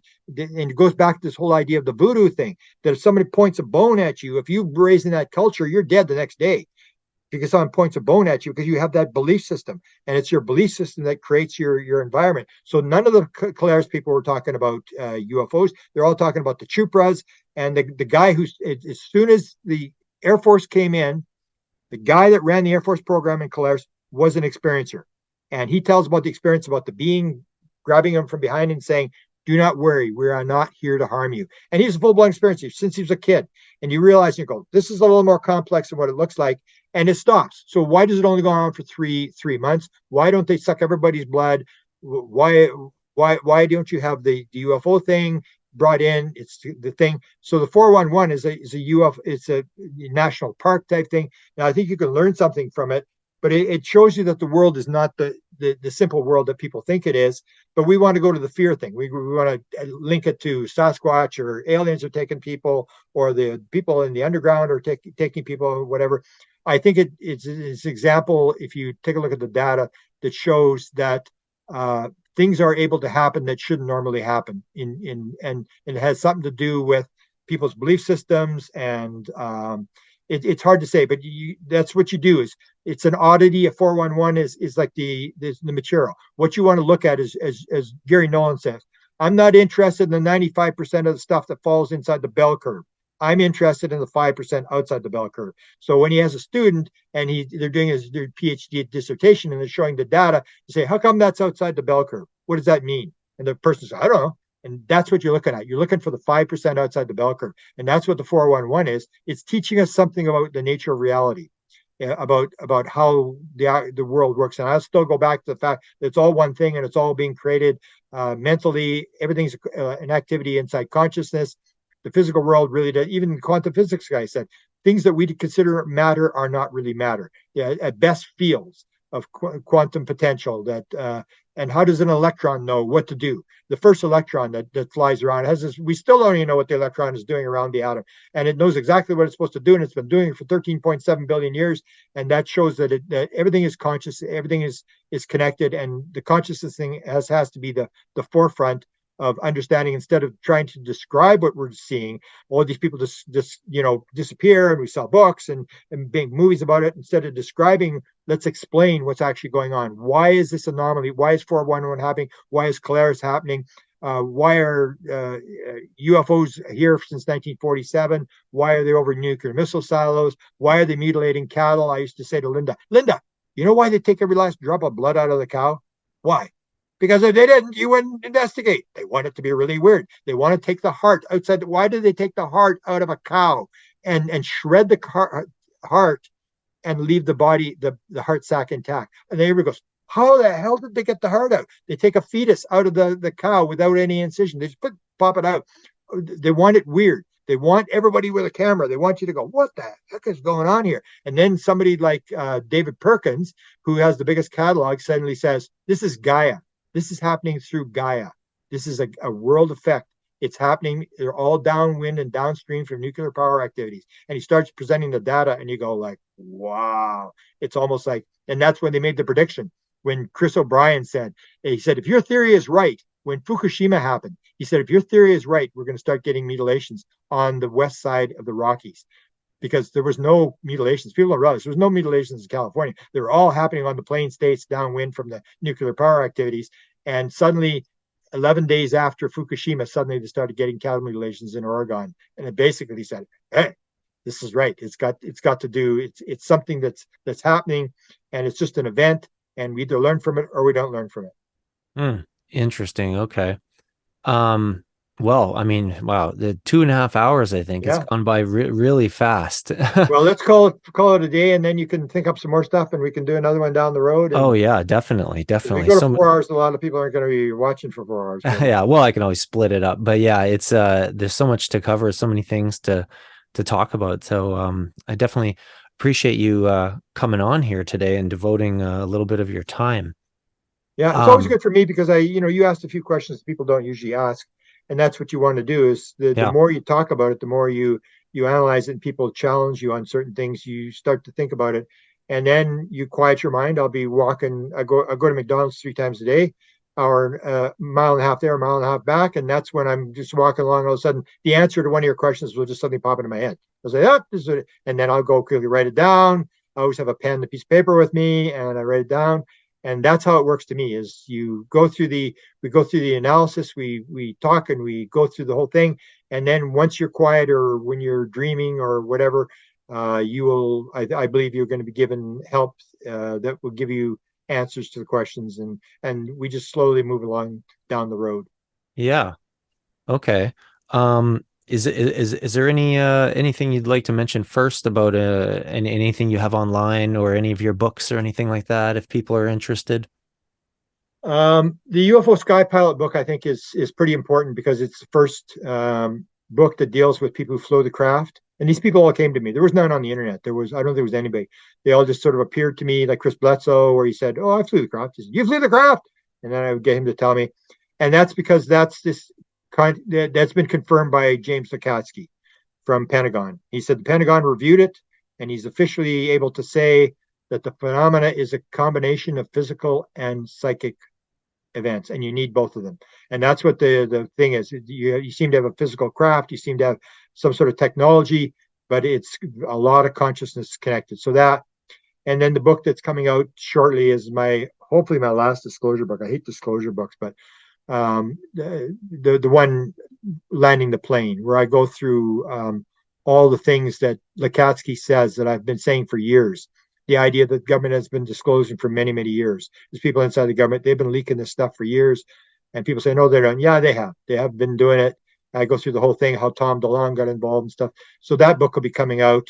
Although I always get sort of sidetracked. I've got 5 books going at the same time. I'm trying to edit, and I don't really edit very well. So, and I have to put it up and all the technical stuff. But that's coming out. But in terms of a message, I would always like to leave people a message, is the idea, whether you believe it or not, consider the fact that you may have come in here on a mission, and you have to figure out why did I come into the world? What was I supposed to do here? And am I doing it?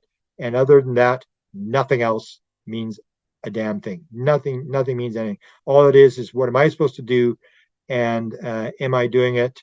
And once you do that, then you'll feel fulfilled that you are actually, in fact, I feel actually very depressed. If I'm off the track and I'm just sort of sitting around, I sort of feel depressed because I don't feel like I'm doing what I'm supposed to do. And that to me is always the important message, is the UFO thing is not about UFOs. It's about where we come from, where are we going, and what's actually going on. It's just a part of nature that's revealing itself to us. And 200 years from now, we're not going to believe anything we believe right now. We're going to believe something different, the same as I think they call it presentism. We believe our grandparents were totally crazy, all the crap they believed, and our parents were listening to garbage music and they didn't know what was going on. We got it all figured out. We always do that thing. We got to realize, no, we're being led down a path, and our kids are going to laugh at us, and our grandkids are really going to laugh at us, the stuff we believed, that it's a process of learning and experiencing, and have fun with it, and do the best you can, and realize it's all a play. All the world is a stage. All the men and women and aliens are but actors. We have our entrances and exits, and each man plays many roles. Okay, excellent. That's a good little outro there. And yeah, it's important to just enjoy the ride while it's going on as well. Yeah, that we got to play. I mean, I always tell people, you could have been untouchable in the streets of Calcutta and spend your days in a junkyard looking for something valuable enough to sell for food for tomorrow. You didn't get that. You got to play in the UFO game. This is the Super Bowl. This is the Super Bowl of all stories. And if you realize not only have you got a ticket to the Super Bowl, you're playing in the Super Bowl. Respect the fact that you got to play this. You didn't get to be some poor kid with nothing in the middle of Calcutta. You got to play this and appreciate the role and play it as hard as you can, because you may not get this grand role being at the top of this, playing in the Super Bowl the next time. You may be back on the bottom. Yeah. Okay. Beautiful. Great. Well, thanks for the invite. Let's do it again sometime. Oh, definitely. Appreciate you coming on. And for anybody listening out there, of course, please subscribe.